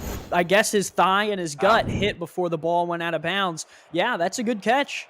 I saw what you saw, Andy. I thought for sure that his forearms landed out of bounds before anything else, but on that second look, he looked clearly in bounds to me. From the 16, here goes Jones, breaks through the first hit, gets through Austin Brigham, and gets the first down. Gain of 11 for the power back now, Phoenix Jones. And that's the thing with Jones. Once you get him into the secondary, he's so tough to bring down. You need multiple defensive backs. So the blocking here is good. Bolt is the first guy on the scene, but then it takes the second member, Tucker Lewis, coming back from his end position to make the tackle. Bolt only made 1 tackle last week for Baltimore in their win over Las Vegas. We've got him at 6 as we've just started play here in the third quarter. First and goal for Mexico City from the 6. Wilson, delayed handoff. Here goes Jones, and all those multiple defenders that you just talked about, Andy. Baltimore needed every single one of them. These 2 great safeties, Bolt and Loshaw, on the stop. Yeah, that draw is interesting. Sometimes it works, sometimes it doesn't. That time it worked, and Phoenix Jones almost found his way into the end zone. Interesting to see what they do here with a short field. They could run it right up the gut, or they could run a pass to the flats. They will run it. Jones, untouched. Touchdown for Phoenix Jones, his second of the playoffs. He did a lot of work on that drive, and he caps it off with 6. And that is a key touchdown for Mexico City. Tim takes the lead to 8 here. Extra point would make it 9, which would put it to a 2-score lead, which if you're the Aztecs is exactly what you want. You want to be on the front end of this, especially in a game like this, Tim, where it seems like we're just trading touchdowns back and forth. A 2-score lead would be incredible to have. This a vital play in the game. Oh, you make a great point, because I was going to ask you, do they go for 2 to make it a 10-point game? But you're right, because if they go for 2 and fail, then it's still just a 1-possession game. And so Cole Varner, if you're just joining us, had a PAT blocked in the second quarter, and this one goes through with absolutely no hassle. And to your point, Andy, it is now a 9-point lead, the first time either team has had a lead of 2 possessions or more. And remember, we talked about this earlier too. Almost all of Baltimore's games were played within 2 possessions or greater. They had very few close games, only 2 one-possession games. They were both wins for Baltimore this season. Everything else was decided by 10 points or more in the regular season. And now Baltimore's got to come back from down 9 with 7 minutes left in the third quarter. Deep kickoff. Here comes Giovanni Bolt. A threat every time he touches it. Mexico City has bottled him up in this game. Visit the SFL website at simulationfl.net for links to apparel from Sector 6, the official apparel provider of the Simulation Football League, and SFL mini helmets from 97 Sports Promotions. Sector 6 features replica team jerseys and completely customized jackets, flags, t-shirts, and more. Get the gear the fans wear with Sector 6, 97 Sports Promotions, and the SFL. Jimmy Hazard, you see at the bottom of the screen, still without an official carry, though he has touched the ball a couple of times. He'll go away from him here. Wigmore, dangerous throw, and it's caught by Mac Chima. That might be his shortest gain of the day, stopped by Jermaine Menefield. Yeah, Menefield was playing down in the flats there. Interesting, Tim. The thing is, I'm not sure what Mexico City saw in their week of scouting that showed them that they need to cover the flats short of the 50X spot route, which we saw a couple times earlier. So it looks like they are trying to cover that route, and plays outside of that are going to force the cornerbacks into some tough situations. 2nd and 6, Wigmore, top of the screen this time. Oh, and an answer catch from Ivory Irvin. Oh, check that, it's Lloyd. Nope, 3rd time's the charm. Wow, T-Roy Gaines. Wow, I did not expect that, hence the 3rd times to get to it. The fullback, T-Roy Gaines. I don't blame you. I could not imagine that T-Roy Gaines would probably be, and this is no offense to T-Roy, he would be bottom 10 in the league on my guess of who was making that diving catch. That just goes to show you a little bit of his versatility, but incredible. He would be my last choice on this Baltimore team, that's for sure. He had only 9 catches all year. Mexico City jumps off sides. Jimmy Hazard gets his first carry, and once again, it will not count. He's stopped in the backfield by Brody, and another offside penalty in this game. Neutral zone infraction, number 78, defense. Certainly some jitters out of these two teams, Tim. You know, nervous. when you go up against a great team like Mexico City, or the inverse, a great team like Baltimore, you have to be on point, right? And for Mexico City, that front three really has to attack in order to make Jack Wigmore, nervous or uncomfortable. So far today, they haven't had much luck. He's 20 of 22. After that early interception, he has been nearly perfect, as has Matt Wilson on the other side. Here goes Hazard. This one will count. Jimmy Hazard finally has his first carry of the day, and it's tough to say Mexico City was ready for it because they've probably been lying in wait all day, Andy, and Ronnie Watson with a couple of teammates behind him makes the stop, no gain. Yeah, and it's the inverse of the Aztecs problem, right? 3 good linebackers on the Mexico City side. Very tough to run against. The pass almost seems like the best option. 2nd and 5, and they will pass. Sensing your advice, that's caught. Wide open, DeAndre Mitchell, the number 2 tight end, and a gain of about 8 for the backup. Watson again with the stop, another first down. Well, and that play, Tim, I don't know if you recognize it. That play was the one that Mexico City scored their first touchdown on to Bill Henry. Baltimore runs the inverse of it, possibly out of a different formation. I didn't get that close of a look, but it just goes to show you that coaches in this league oftentimes have similar ideas and concepts and utilize them in similar ways. Here goes Jimmy Hazard, and that's just by default his best run of the day. Casey Horrell makes the stop. We mentioned it in the first quarter, but this was the game plan in the offseason for Baltimore. T. Gaines, the longtime starting running back, the first starting running back in Baltimore Vultures history, moves to fullback in the offseason, paving the way for the team to draft Jimmy Hazard with the 19th overall pick in the draft. So far, so good. Wigmore into traffic. Lloyd Graham Jr. makes the catch, and an unnecessary spin. He could have got more, but he's still inside the 20. Tim, spin moves look incredibly cool. They're always necessary. I don't know what you're talking about. Even if it doesn't juke anyone, I think it's the coolest juke move in all the league. A flair factor adds extra points, even if it doesn't add extra yards, I guess. They will stop him right at the 20. Corner route, top of the screen. I'm calling it again. And there's 5 wides. This does look familiar for Baltimore. Remember, they're down by 9. 3:33 left in the third. Wigmore bombs it wide open, caught, touchdown. They've done it again. Ivory Irvin's got his hat trick, and the Vultures are right back in it. And not to sound like I'm beating a dead horse here, Tim, but, outside of the numbers, deep corner route, one-on-one with the cornerback, safety can't get over to help. And when you're running that play with Ivory Irvin, it's going to be a touchdown. I don't know how else to put it that's a little bit more kind. It's going to be a touchdown every time, or at least a long gain. Baltimore does that very well. Wigmore has been taking advantage of it all day. That's the 3rd touchdown for Ivory Irvin, and I'm sure at least 2 of them have been on that route. Well, you've been dead on it all game, Andy Hamilton. He's the longtime coach, owner, executive broadcaster, one of the original broadcasters here in the SFL. As Tarkington hits the PAT, it's now a 2-point game. It's just something that we've noticed that Baltimore has been able to take advantage of as this game has gone on. Remember, Brody had that interception on Baltimore's 2nd offensive play. Since then, he has had no answer for Ivory Irvin. Look at those numbers unofficially at the bottom of the screen. 9 catches, 162, 3 touchdowns. That's Brett Killian-style numbers here for Ivory Irvin, and he has been absolutely unstoppable after that early pick from Jared Brody. It's not a good return at all for Jacob McCall. He stopped inside the 20. And to our point earlier, Andy, these are 3 rookie corners that Mexico City has, but even like a veteran corner, you pick one, even the best corners in this league, I don't think they would have any reason to stop Ivory Irvin today. Yeah, it's very tough, especially with that route, to defend it. And I think the thing for the 3 young corners in Mexico City to keep in mind is that in years future, they can progress and they will be some of those better corners, and the experience they get this year will help. And speaking of experience, Wilson to Daggs, these 2 longtime friends, SFL running mates, they link up once again. You've seen Daggs already play a huge role in this game. Another big catch for the veteran side end. Yeah, speaking of experience, how about experiencing Mike Daggs running you over on the sideline? I'll pass. I'm good. I will pass as well. We get enough of Mike Daggs running into us emotionally on a given Wednesday night, Andy. Yeah.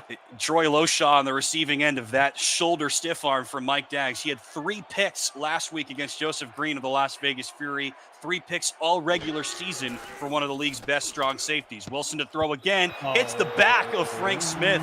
Jacob McCall was there, second down. I mean, for all the flags that have been thrown tonight, I'm almost surprised that wasn't one there. Smith right there. Okay, yeah. Oof. I mean, you can't run into the receiver before the ball is within a couple yards. I'm going to disagree with the referee there. Tim, you? You talk about getting inside the receiver's route, and Smith was the open guy. He was behind, he was inside of Yeah. Jacob McCall, and then ended up just swatting it away. He had 15 pass deflections in the regular season. I was good for 6. And yes, for the record, I do disagree. Here's the handoff. Jones gets the carry, and he picks up about 5. That one's for you, Mark Lopez. Gain of 5. Bolts again on the stop. I was going to say, not that anyone would mind how we feel about the referees. That No one cares. Yeah, but Phoenix Jones certainly has come on here late in the last couple of drives, and that's the thing is once the defense gets tired, they're less likely to be able to bring down a big back like Jones. But right here, Z tight end cross, they're going to run it again. We're down in 5. Remember, Mexico City has been great in these situations all day and all year. Wilson into traffic, swatted, and pick picked. 6. The tip drill works for Baltimore. Back the other way they go. Ben stacking paper to the house. A return of nearly 60 yards. The Vultures take the lead with a defensive score. Man, oh man, they didn't have enough room there. They were on the top hash to throw this ball. It's a nice play out there by Himes to tip it. Stacking paper with the pick. There's only one guy in front of him, and it's Matt Wilson. And in a foot race, no offense to Matt, I'm taking stacking paper 10 times out of 10. Just the second failed third down conversion of the game for Mexico City, the team that was the best in the league at nearly 65% hit rate on third down in the regular season, Andy, and that time a gaff about as big as possible. It goes for 6, maybe a little bit of a surprise here. They're just going for 1. 2 points would obviously make it a 6-point game and might change things up a little bit. But obviously PAT is not a sure thing as we've seen, but no problem for Shark Tarkington, who is one of the best kickers in SFL history, second in the league in league history and all-time made field goals, trailing just the guy who does the kickoffs on the other side, Cole Varner. So he's perfect today, and Baltimore now up 35-30. Yeah, first mistake from Matt Wilson today.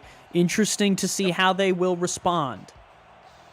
7 combined touchdowns, now a 1 pick for each of these 2 quarterbacks who have been terrific in this game. But yes, first mistake for Matt Wilson costs him dearly.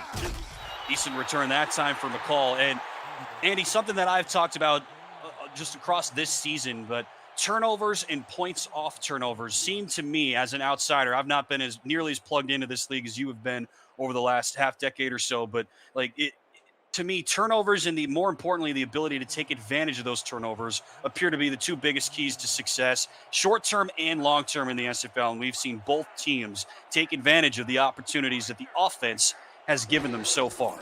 What can Mexico City do? Now suddenly trailing as Wilson is hit, tries to rifle it over the middle of the field for Fox Highwind. No dice there, second down. Yeah, he threw it to where half the Baltimore defense was playing coverage. I don't know if I've ever seen that many black uniforms in coverage in one spot. I think Wilson might be counting his lucky stars that one just fell incomplete.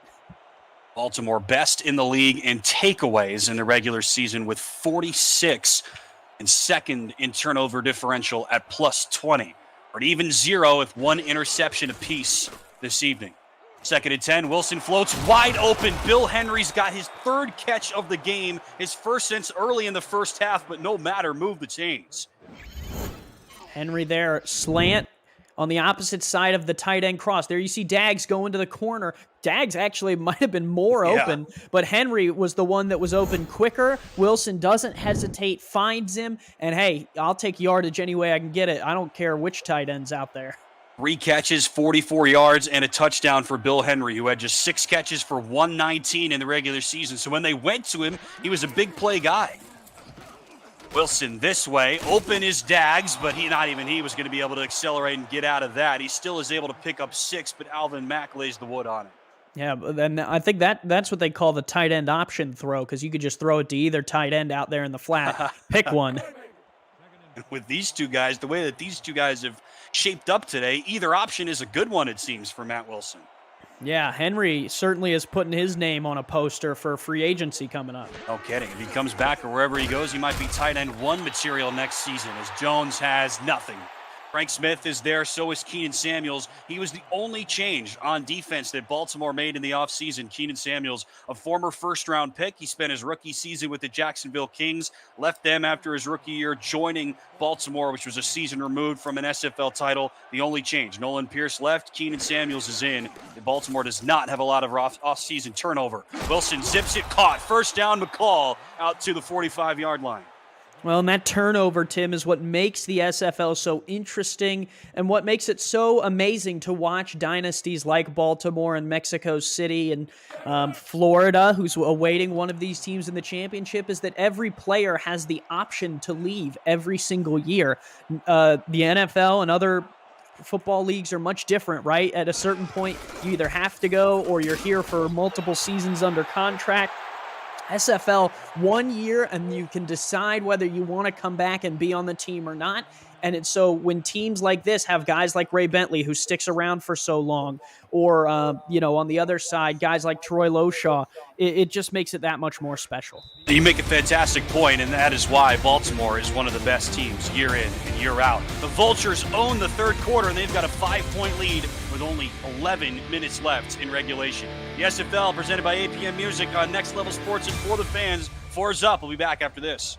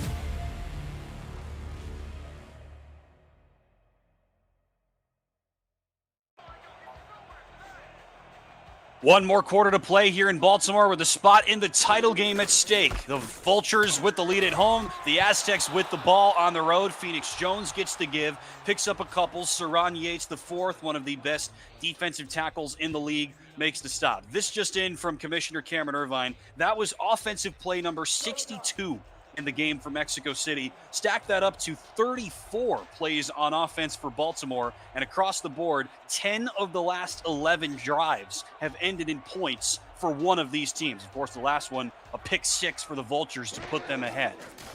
3rd and 3.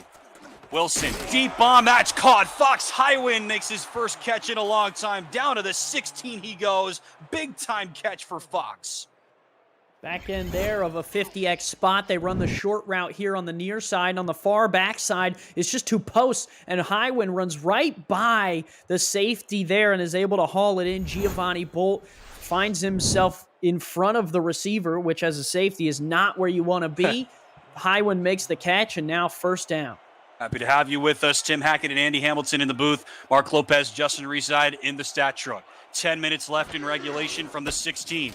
Here goes Phoenix Jones. Running room for Jones. Lowers the shoulder. His knee might have been down, but they'll give him the first down at the end of it. Stacking Paper makes the hit. I think he got the first down.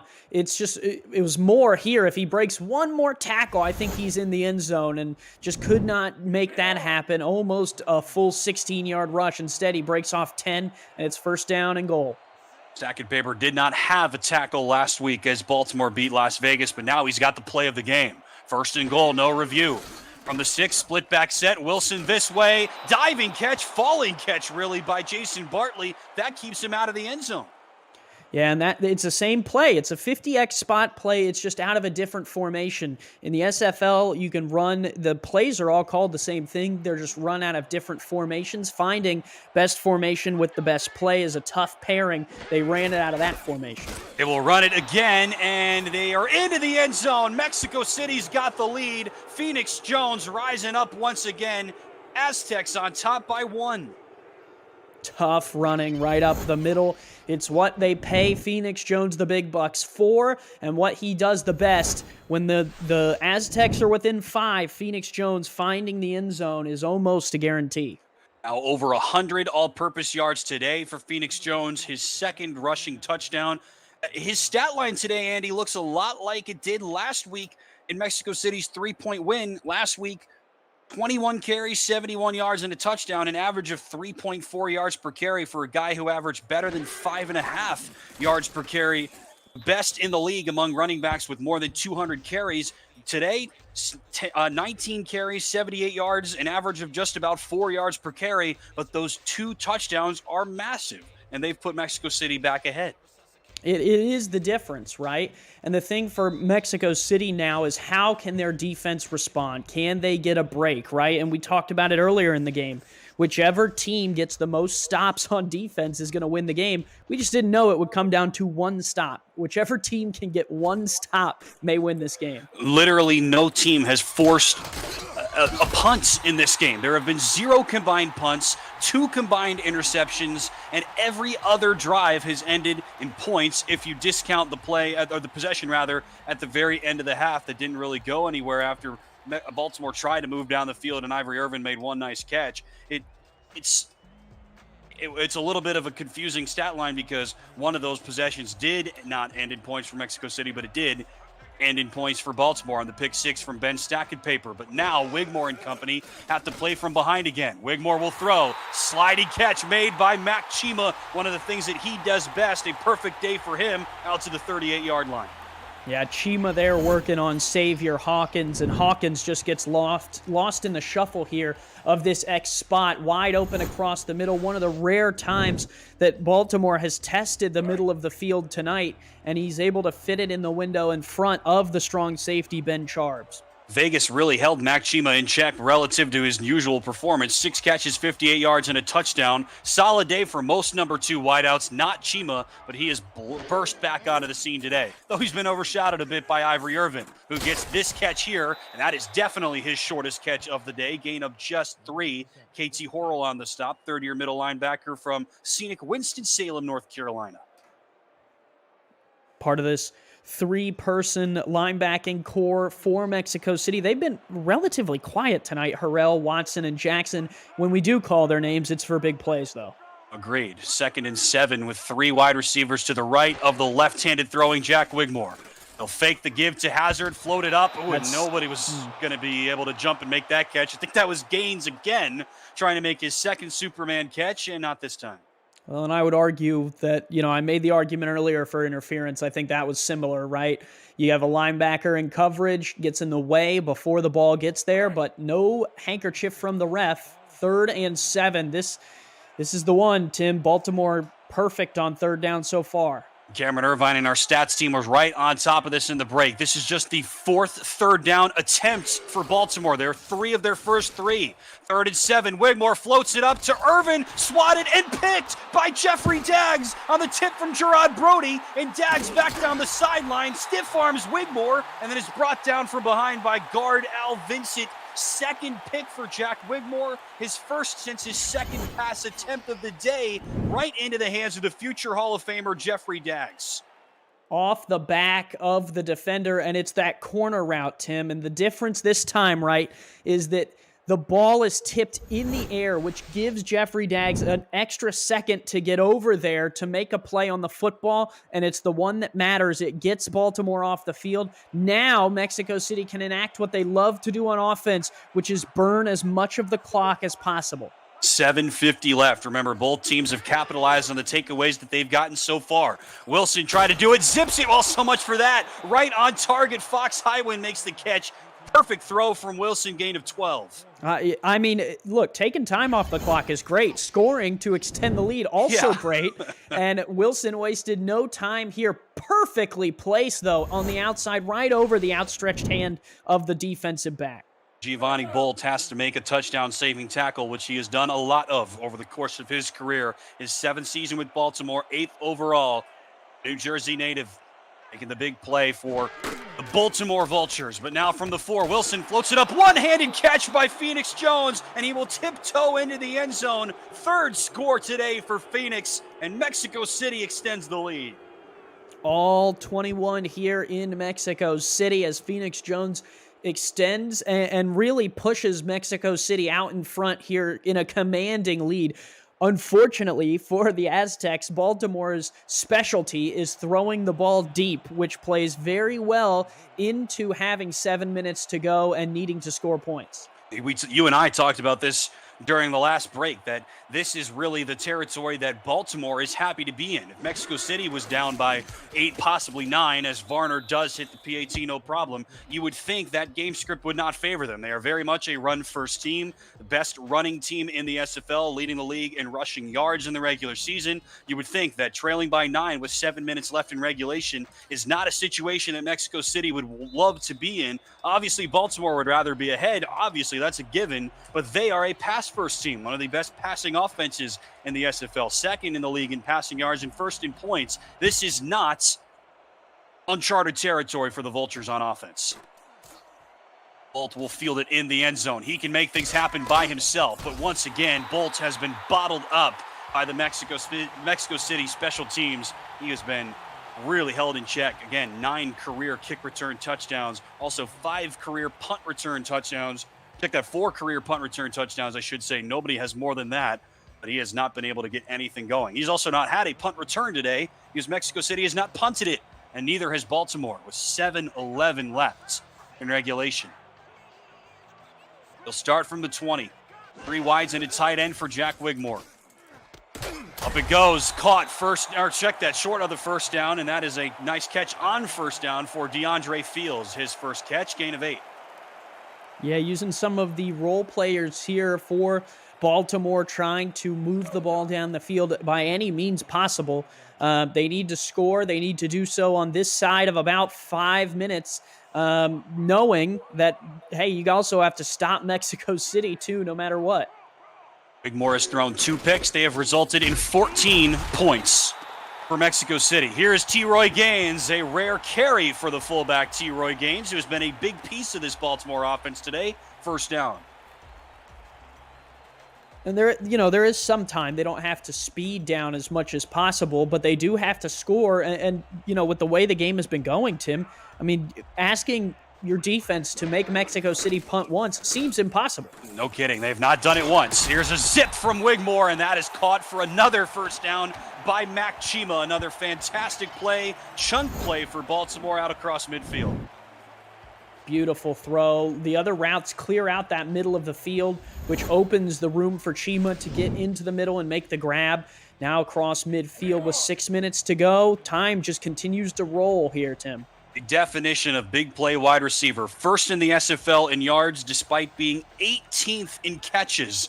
A fantastic regular season for the Mac. Another offside penalty as Gaines will get his second carry in the last 3 plays. Ronnie Watson makes another tackle, but I think this one's coming back, Andy.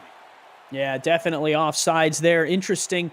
The play was almost started already, so there was no time to audible to maybe a deep throw. So unfortunate there, but is what it is, and Baltimore certainly will take the free yards. Brock Lee has whistled for the offside for the second time today. Remember, this Baltimore defensive front has been so good, one of the best sacking teams in the SFL. But so far, as we play the fourth quarter, Mexico City leads the sack battle 4-0, and Dan Tritz has all 4. They've nullified this defensive front. Ew, and now the Mexico City defensive front is there. Ronnie Watson has had a killer game, and that's a tackle for loss. Yeah, Watson, not someone to test. Him and Dexter Jackson, 2 of the best outside linebacking pairings this league has to offer. When you pair them with KT Harrell, it doesn't get much better than that. And that may be why Baltimore has only ran the ball a total of 5 times tonight. Watson was their team leader with 83 tackles in the regular season. That wasn't even in the top 20. They jump offside once again. Wigmore gets his legs swept out from under him by Dan Tritz. That should have been his 5th sack. At least that's what he thinks. But Skylar Kingsley jumps offside. Yeah, super unfortunate there for Tritz. I mean, it really has been his night. 4 sacks. I mean, heck, I'll count that one. That's 5, right? I mean, he still did the sack, right? It just didn't count on the sheet. But that, I mean, look, he had to go through all the effort to get there. It's not his fault. If a Wigmore falls at the 50-yard line and no one was there to see it, it doesn't go in the record books. Did it even count? Yeah, Tritz says yes. Yes, exactly. In Tritz's mind, it does. Should have been his 5th. Instead, it's maybe the 15th offsides call between these 2 teams. 2nd and 2, Gaines again, the give. That's more like it for Mexico City. There's the other linebacker, Dexter Jackson, and now Baltimore going to the hurry up on 3rd down.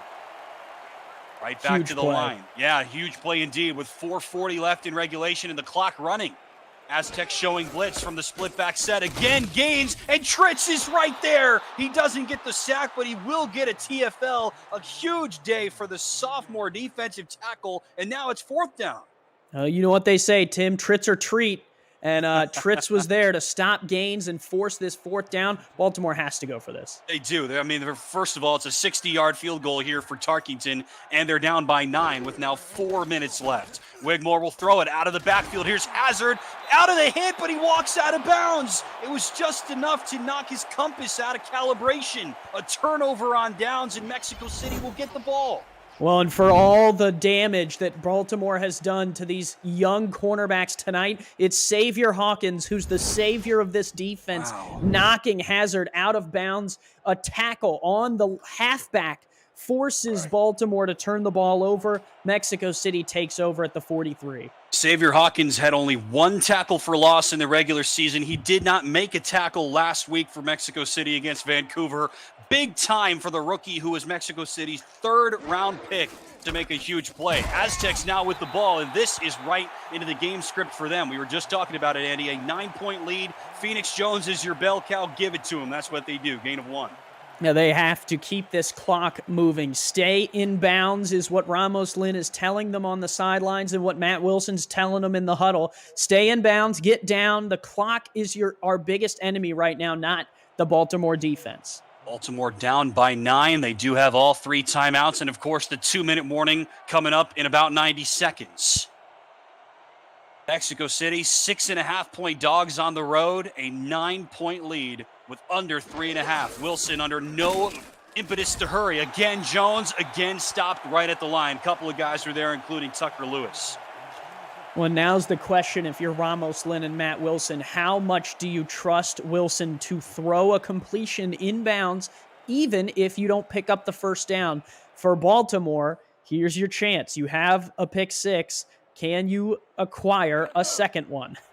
Yeah, this would be a huge time for it, for sure. Yeah. And the other question for the Baltimore defense is, if Wilson does throw, who do they go to? They've got 4 guys with at least 6 catches in this game. Mike Daggs on an out route, top of the screen. He's got 9 to lead all players. 3rd and 9, fake the give to Jones. Wilson steps up, hit, lofts it. It's caught. It is Daggs, but he's shorts. It'll be 4th down and inches. Mack with the hit from behind.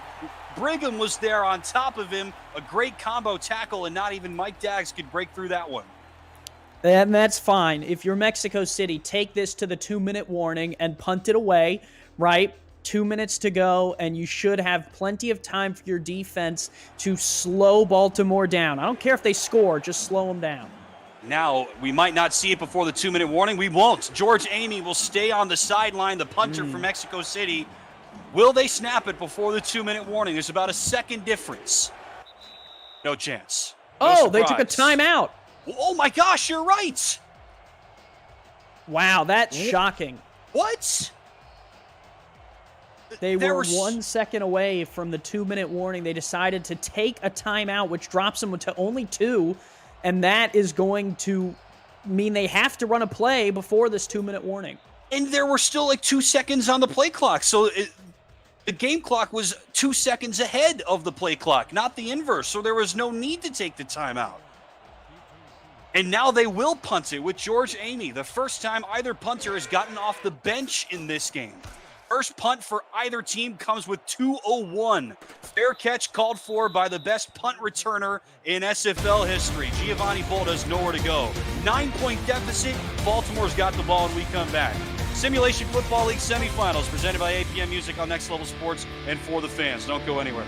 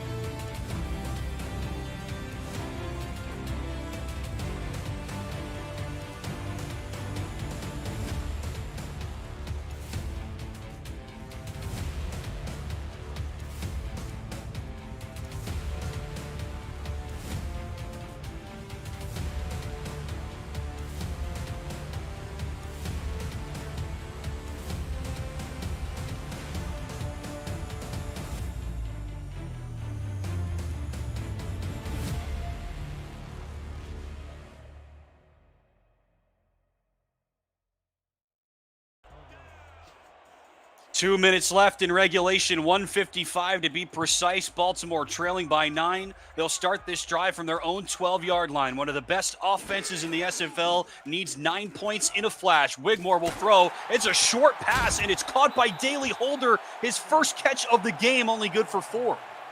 Deep route wasn't open there, but they're going to try it every single time. 1:40 left. The Vultures do have all 3 timeouts. Wigmore floats it up, and it's out of the hands of Ivory Irvin. That's just the second, make it the first incompletion when targeting Irvin today. Good hit by Dags. It was a good formation that they were running out of there. I'm interested to see what they'll come out with here in the time off here to kind of switch formations if they want, see what they pull out. If I'm them, I mean, we're in 4-down territory, no doubt, but I'm running a corner route every time. Top of the screen right now, it would be Chima who would get to run it. Clock does stop, obviously, and Baltimore gets to recalibrate now on 3rd and 6. 1:37 left. Just a 3-man rush. Wigmore will bomb it for Chima. He high points it against Menafield and makes the catch. Off to the races he goes. Hit from behind by Dags. Inside the 30, and there's that Baltimore quick strike offense. And they burn a timeout. Interesting there, Tim, because what that means is if they score and they don't get the onside kick, All Mexico City has to do is finish the clock out. It was a great play by Chima, an even better play by Jeffrey Daggs to track him down and make the tackle there in bounds, and it forced Baltimore to make a decision, either hurry to the line or use a timeout. They chose the latter, and I think it's the wrong call. Impression point by you as usual, but it would have been difficult for them to hustle everybody down. That's a game-round pitch. Chima again, and it's so interesting, Tim, because when they get Ivory Irvin to run that route, it's almost, a little bit better than a 70-30 chance that he catches it. Chima tonight hasn't ran it as often, but he is a good receiver in his own right, has 8 grabs for over 180 yards himself. Chima and Irvin have both been tremendous, as they have been all season. 1 and 2 in the SFL in receiving yards in the regular year. Wigmore, short drop, floats it up, caught. First down, Baltimore. A gain of about 12 down to the 16-yard line. Mac Chima's got another one. Run an X spot out of this. 2 tailback set for the Vultures. Wigmore this way. Irvin makes the catch, but he's stuck immediately by Brody. Not a good route. Got to go to Chima in the middle of the field right here. 60 seconds left in regulation. Baltimore down by 9. Under a minute now. Wigmore again, short drop. Bullets in one-handed catch. Stopped at the goal line, though. Wow. Chima. Wow. Daggs is right. Jeffrey Daggs with the stop. Irvin here. It will throw. Wigmore, evasive action, checks it down to Gaines, and he's in. Touchdown, Baltimore. A TD for T-Roy, and with 42 seconds left, this game ain't over. That was all Wigmore right there. He evaded the rush. Opening route with Irvin was not open at the bottom of the screen. Wigmore bails out of there, somehow finds T-Roy Gaines, and it's hard to bring down that big boy with only a yard away. Xavier Hawkins was right there, and then 2 other Aztecs rallied to the charge, but nobody could stop T-Roy Gaines. He did not have a receiving touchdown in the regular season, Andy Hamilton, and with the number 1 seeded Vultures playoff lives on the line, he comes through after a great bit of evasive action by third-year signal caller Jack Wigmore. Important PAT, it's good, no doubt about it, from Shark Tarkington, and now the all-important onside kick coming up. Yeah, they did burn their first of 3 timeouts, which means if they do not get this onside kick, then Mexico City has the chance to finish the game out. They have to have this. The 3rd all-time playoff meeting between 2 of the best SFL teams in recent league history. They split the first 2. A spot in the title game at stake. The kick from Tarkington is picked up by Baltimore. They've got it. It's Marvin Johnston who makes the play for Baltimore. Wow, unreal. Let's take a look at the replay, Tim. Off of the hands of the Mexico City defender. The second guy cannot dive and grab it, and Baltimore has a chance. Here's the thing. Only need a field goal. That blocked extra point means that a 3-point kick from Shark Tarkington wins the game, not ties it. Guy who did not miss a kick in the regular season. They only need about 25, 30 yards to get in his range, you would think. From their own 45, Wigmore wants more than that. Diving catch by Irvin, and he's down at the 31. That's good enough right there. Yeah, if I'm Baltimore, I would run the ball right up the gut. They're not in the formation for it, but you can kick it from here. From the gun, Wigmore will throw again. Same play, same results. Irvin's got it again, down to the 6. Clock running with 20. And they have plenty of timeouts here. Baltimore might have just put themselves in the championship game. Back-to-back big-time throws from Jack Wigmore to Ivory Irvin with the game on the line. No timeout coming. They'll rush Shark Tarkington onto the field, and now the timeout from Baltimore. May have just, well, if I'm Mexico City, I'm not calling it. You can either hurry up or not have it. But Baltimore may have just iced Tarkington themselves. He is a pro. I would be shocked if he did not make it from this short of range, but very interesting there. They looked like they were ready to go. I don't mind the timeout call just to make yourselves get your ducks in a row, if you will, but why rush the unit out there in the first place? Just leave everybody on the sidelines and then call it with this time. But now Shark Tarkington and company have a chance to breathe. A snap from Robert Clayton, a hold from Adam Jefferson, and the kick from Shark Tarkington, who's second all-time in SFL field goals made with better than 200. Snap down, hold down. The kick from Tarkington is good, and with triple zeros on the clock, Baltimore walks it off. The number 1 seed Vultures are into the title game for the second time in 3 years. Wow. What a game. Andy Hamilton, Baltimore survives. The Aztecs with a 9-point lead. They punted away for the first time in the game to the 12-yard line with 1:55 on the clock. And Baltimore makes them pay.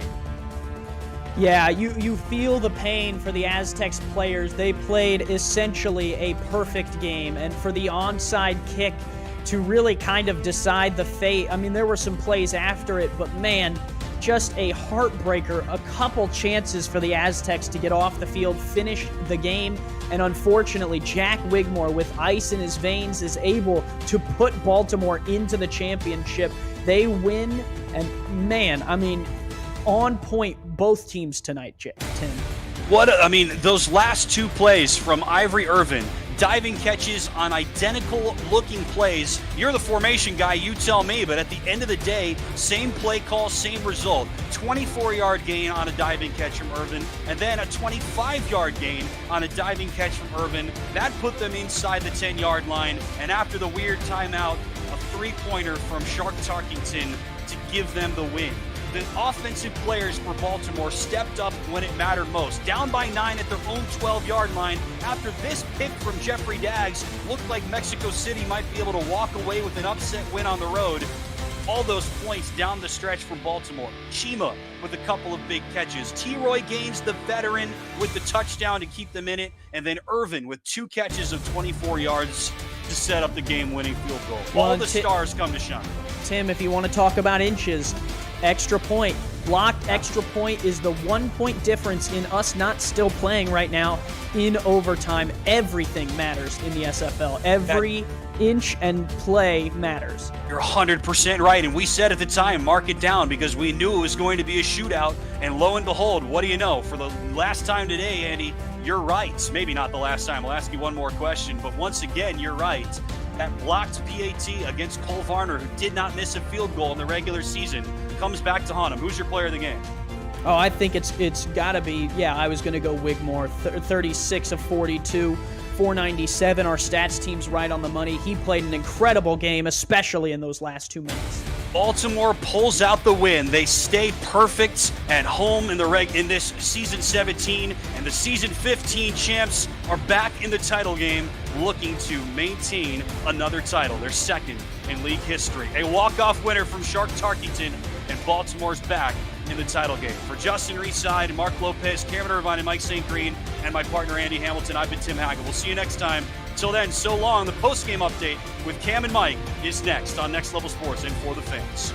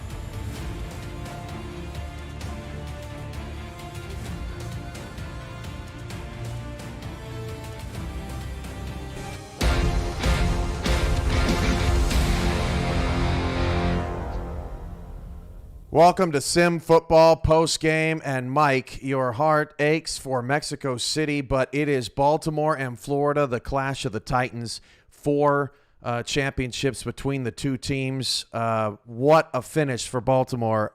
Just stunning. You were saying behind the scenes it was one of, if not the best game you've ever seen. Yeah, Cam, considering the way that this game, it's definitely one of the best games that I've ever witnessed in the SFL. And I can't imagine what those guys in that Mexico City locker room are feeling right now. I know those guys are heartbroken. So it'll be Florida and Baltimore in the championship next Saturday, 2:30 Eastern on Next Level Sports. And for the fans, Mike, in 30 seconds, how can we summarize what we're going to see next weekend? You're going to see an amazing SFL football game, Cam. Two of the best franchises over the last couple of seasons. Baltimore won the championship in season 15. Florida making a return trip from last season where they lost last season's championship game. And they've actually been one of the better teams over the past couple of seasons. And you're going to see an amazing game next week with that great defense of Florida going up against this high-powered offense of Baltimore. The championship goes through Baltimore. It is Baltimore's first ever hosting of an SFL championship game. They won their first as a 4 seed in Sioux Falls. They will host Florida next week, and it's probably going to be a little colder too. And it should be a fun game next Saturday. For Mike St. Green, I'm Cameron Irvine. 45-44. Baltimore beats Mexico City in a classic. Florida takes down Arizona 24-17 earlier today to move on. And we'll see Florida and Baltimore in the championship next weekend. For Mike, I'm Cam. This has been a presentation of the Simulation Football League presented by APM Music, and we are out of here.